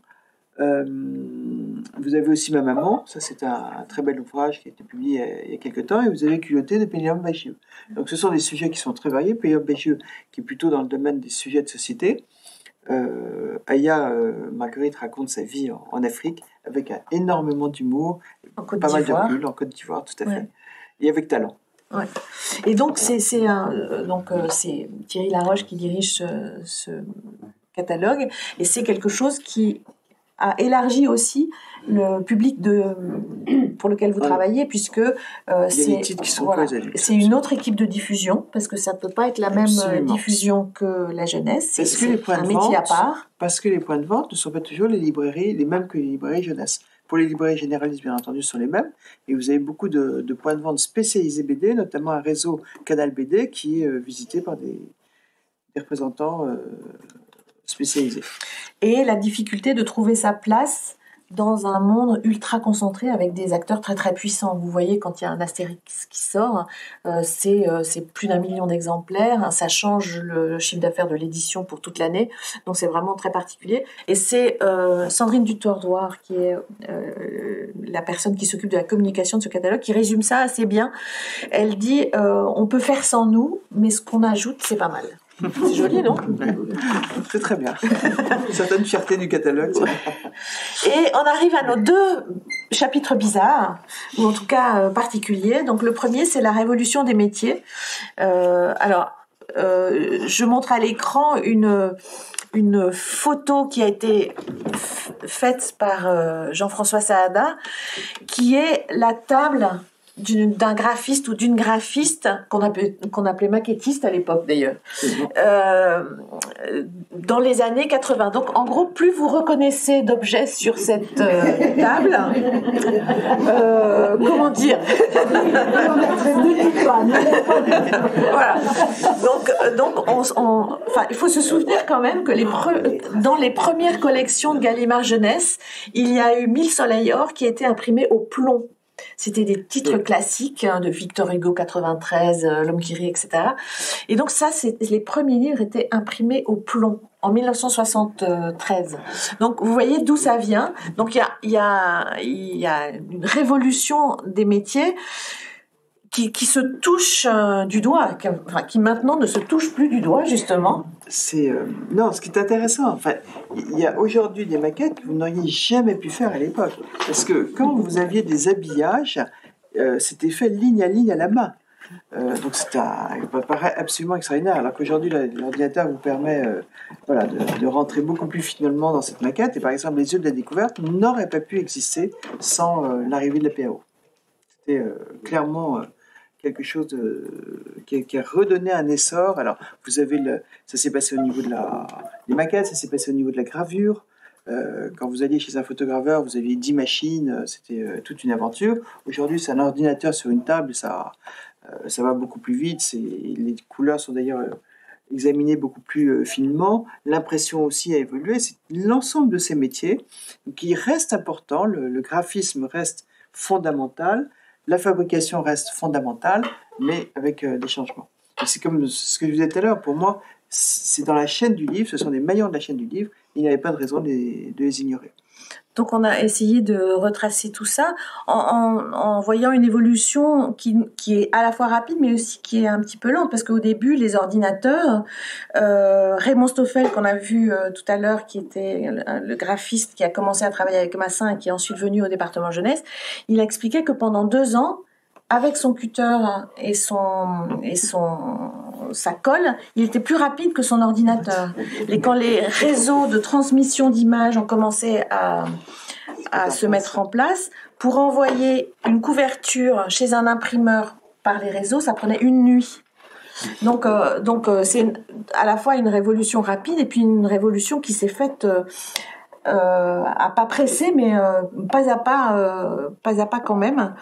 Et voilà, c'est assez impressionnant. Et on a rajouté à ça aussi le fait que ça a changé le travail des illustrateurs. On met 3 exemples d'illustrateurs avec Georg Allensleben, qui est un illustrateur important pour Gallimard Jeunesse, qui dit, lui, que évidemment, si au lieu de travailler à la peinture à l'huile qui vient se coller sur les scanners d'une façon absolument infernale, et travailler sur une palette graphique, ce serait plus simple, mais il n'en a pas envie. Il a envie que le geste du dessin continue et il n'a pas envie de le perdre. Et la matière. Et la matière. Ouais. Et puis, on a d'un autre côté des illustrateurs qui bidouillent entre les deux. C'est par exemple Frédéric Benaglia, qui est de la génération intermédiaire, qui a vu arriver les ordinateurs pendant qu'il était à Estienne, faisait ses études. Et donc, lui, il est à la fois dans le geste de l'ordinateur et en même temps il a besoin du geste du papier, et il dit, parce qu'il travaille beaucoup pour la presse, donc assez rapidement, il fait des albums de temps en temps pour Gallimard Jeunesse, et il disait j'ai besoin d'accidents dans mes images, c'est là qu'elles vivent, mes images, et il n'y a pas d'accident quand je travaille sur ma palette. Donc on a des exemples comme ça d'illustrateurs qui circulent entre les deux, et ils ont tous un ordinateur sur leur bureau qui intervient plus ou moins tôt dans leur processus de création.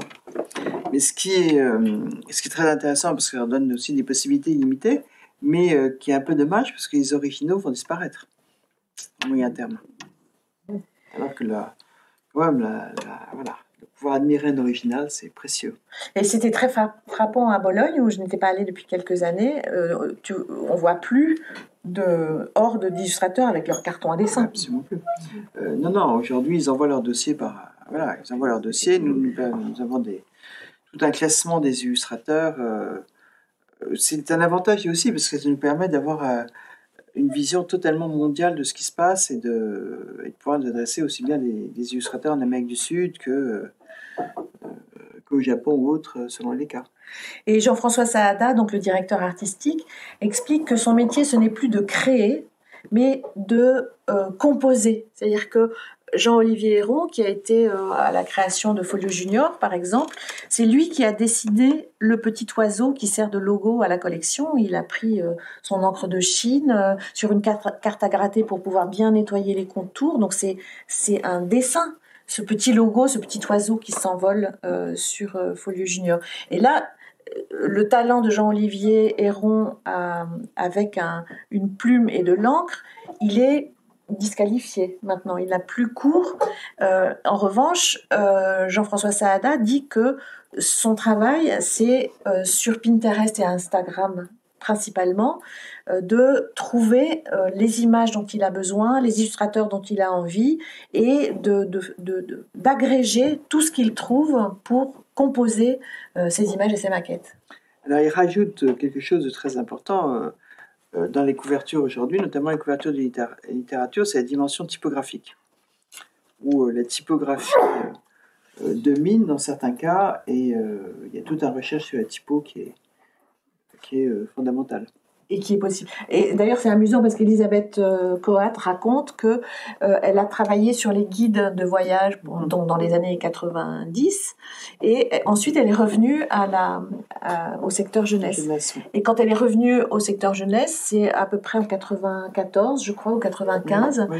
et elle dit, elle a retrouvé une équipe qui était en train de changer de méthode de travail, mais parce qu'elle est formée à l'école Estienne. L'école Estienne, c'est la rigueur typographique, c'est l'école de François Place aussi. Enfin, c'est des gens qui composent des pages, qui composent une typo. Et donc, elle dit, mais je suis revenue... C'était facile, en fait, de faire des essais-erreurs de typographie. Et donc, elle se retrouve avec des maquettes où on fait des habillages dans tous les sens. Ça rentre pas, on serre.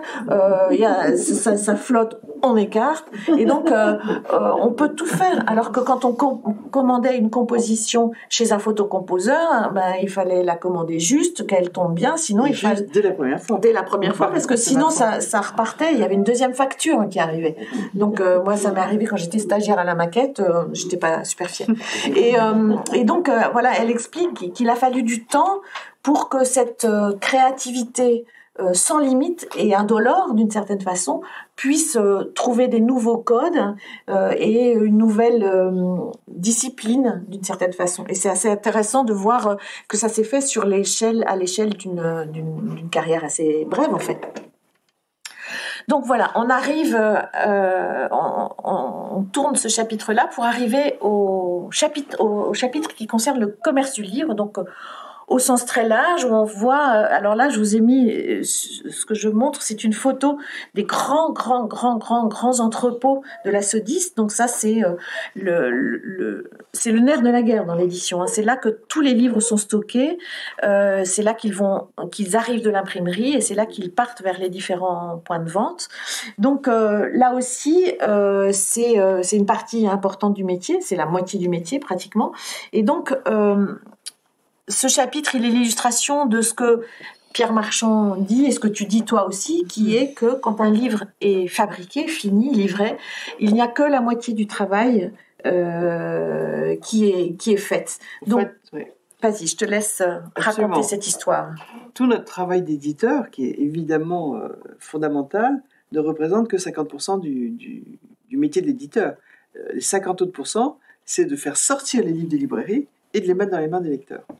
Et ça, c'est quelque chose qui n'est pas dû au hasard aujourd'hui, bien au contraire. Quand tu évoquais le marketing, par exemple, une des différences avec le marketing aussi, c'est que nous avions le souci de la promotion, il n'y a aucun doute, mais tout ce qui est études et autres n'existait absolument pas. C'était l'éditeur qui choisissait. Alors maintenant, ce qu'il faut voir, c'est que oui, il y a l'édition par l'offre et puis il y a l'édition par la demande. Par exemple, un album, on peut dire que c'est aussi l'édition par la demande.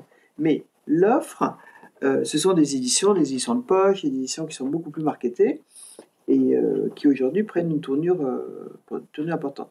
Maintenant, le marketing est très bien, doit accompagner, mais il ne doit pas être le seul déterminant. Ça, c'est important. On passe toujours ce qu'on fait au marketing. Donc, ce qui est intéressant là, c'est que notre métier est passé de l'artisanat à l'industriel et que nous devons faire le grand écart entre l'artisanat et l'industriel.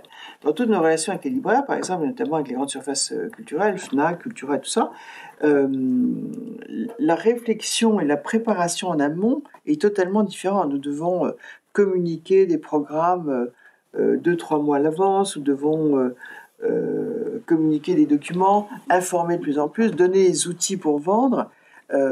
C'est tout un travail qui prend de plus en plus de temps. Être sur le terrain, aller voir sur le terrain ce qui se passe, discuter avec les libraires, essayer de convaincre les libraires.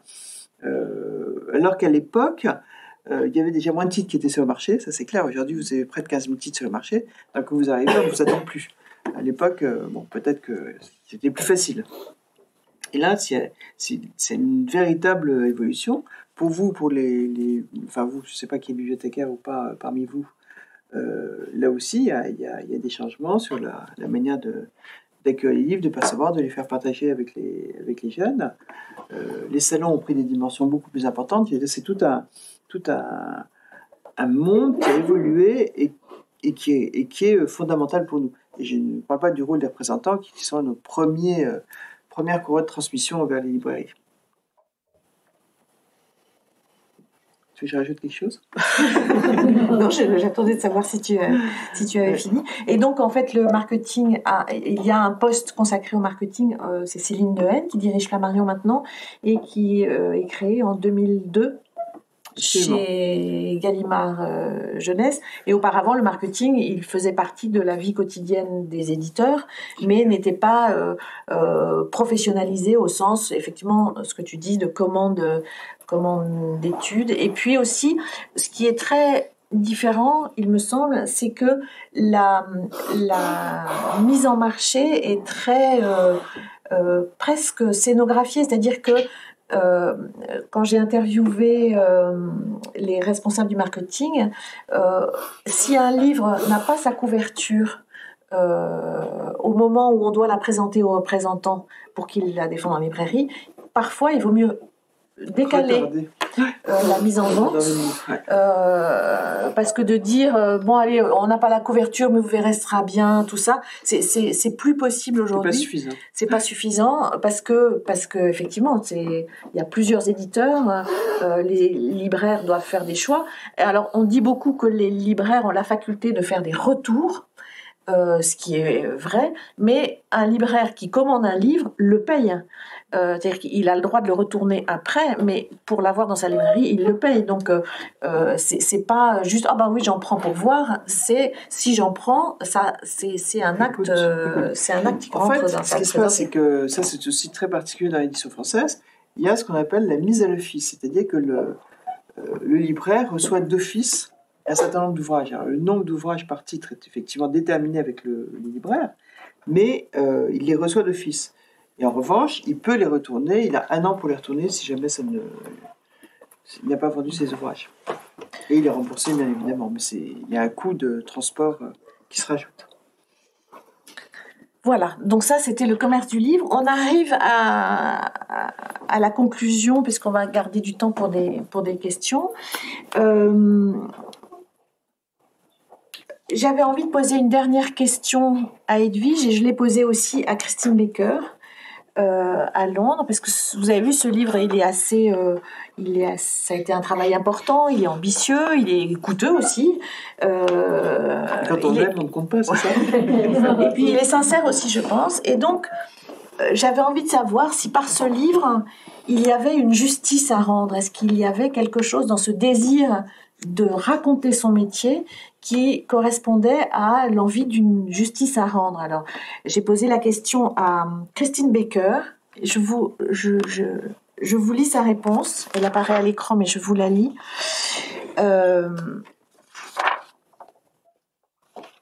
Alors, y avait-il une justice à rendre par ce livre? Ce ne fut pas consciemment l'une de nos intentions, mais inévitablement, il y avait à mieux faire connaître le travail de l'éditeur. Métier méconnu, l'édition est à la croisée de multiples chemins et en bute à toutes les critiques, à toutes les polémiques. Si nous avons un succès, c'est parce que nous avons de la chance. S'il y a déception, c'est que l'éditeur n'a pas bien travaillé. Nous sommes trop grands pour certains, trop petits pour d'autres. Trop grands pour avoir une âme, trop petits pour avoir un pouvoir d'action. Nous avons la place inconfortable d'être le plus gros des indépendants. Certains ont une nostalgie mal placée pour un passé mythique. D'autres pensent que l'éditeur, en marchant cupide, est responsable coupable de toutes les difficultés intrinsèques à la chaîne entière du livre. Surproduction, rémunération trop faible de certains auteurs, lenteur de la publication, etc., etc. On nous reproche d'être trop traditionnel ou trop moderne. Être éditeur, c'est jongler en permanence avec l'artisanat et l'industrie, l'art et le commerce, l'humanité attentive et empathique et le manque de temps, le soin pour chaque détail et la productivité, la liberté de créer et les lois de l'économie.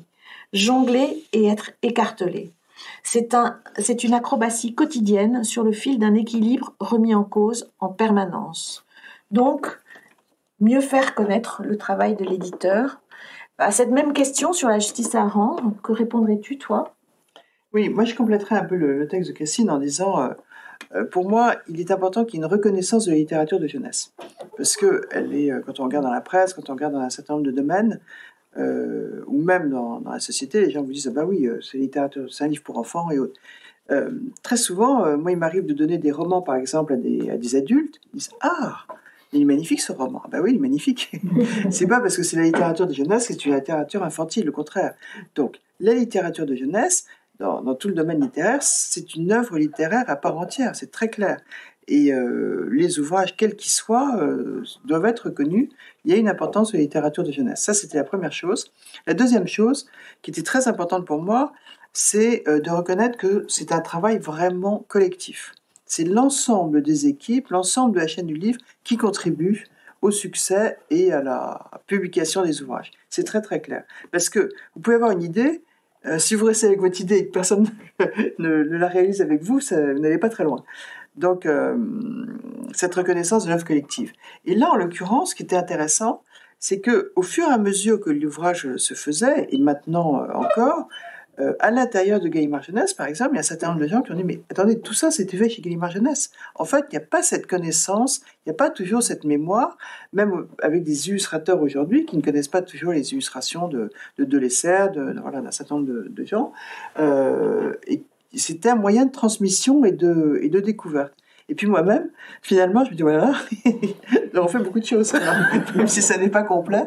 C'est vrai que ça a le mérite de figer et de synthétiser un certain nombre d'évolutions qui sont, et puis de cette prise de conscience du rôle de la société, en fait, de l'impact de la société et du rôle qu'il peut y avoir dans la société. Parce que quand je vous parlais d'Harry Potter tout à l'heure, finalement, il y a toute une génération qui a été marquée par Harry Potter et par Rowling, indépendamment d'auteurs. Ils ont donné, tant Philippe Pullman que J.K. Rowling a donné envie à un certain nombre de lecteurs d'écrire pour la jeunesse et d'écrire toute cette littérature pour les ados, qui existait relativement peu avant.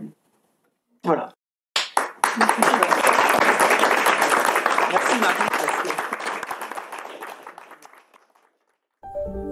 Vous venez d'écouter un podcast de la Bibliothèque nationale de France. Retrouvez les conférences, rencontres et créations de la BNF sur toutes les plateformes de podcast ainsi que sur le site bnf.fr.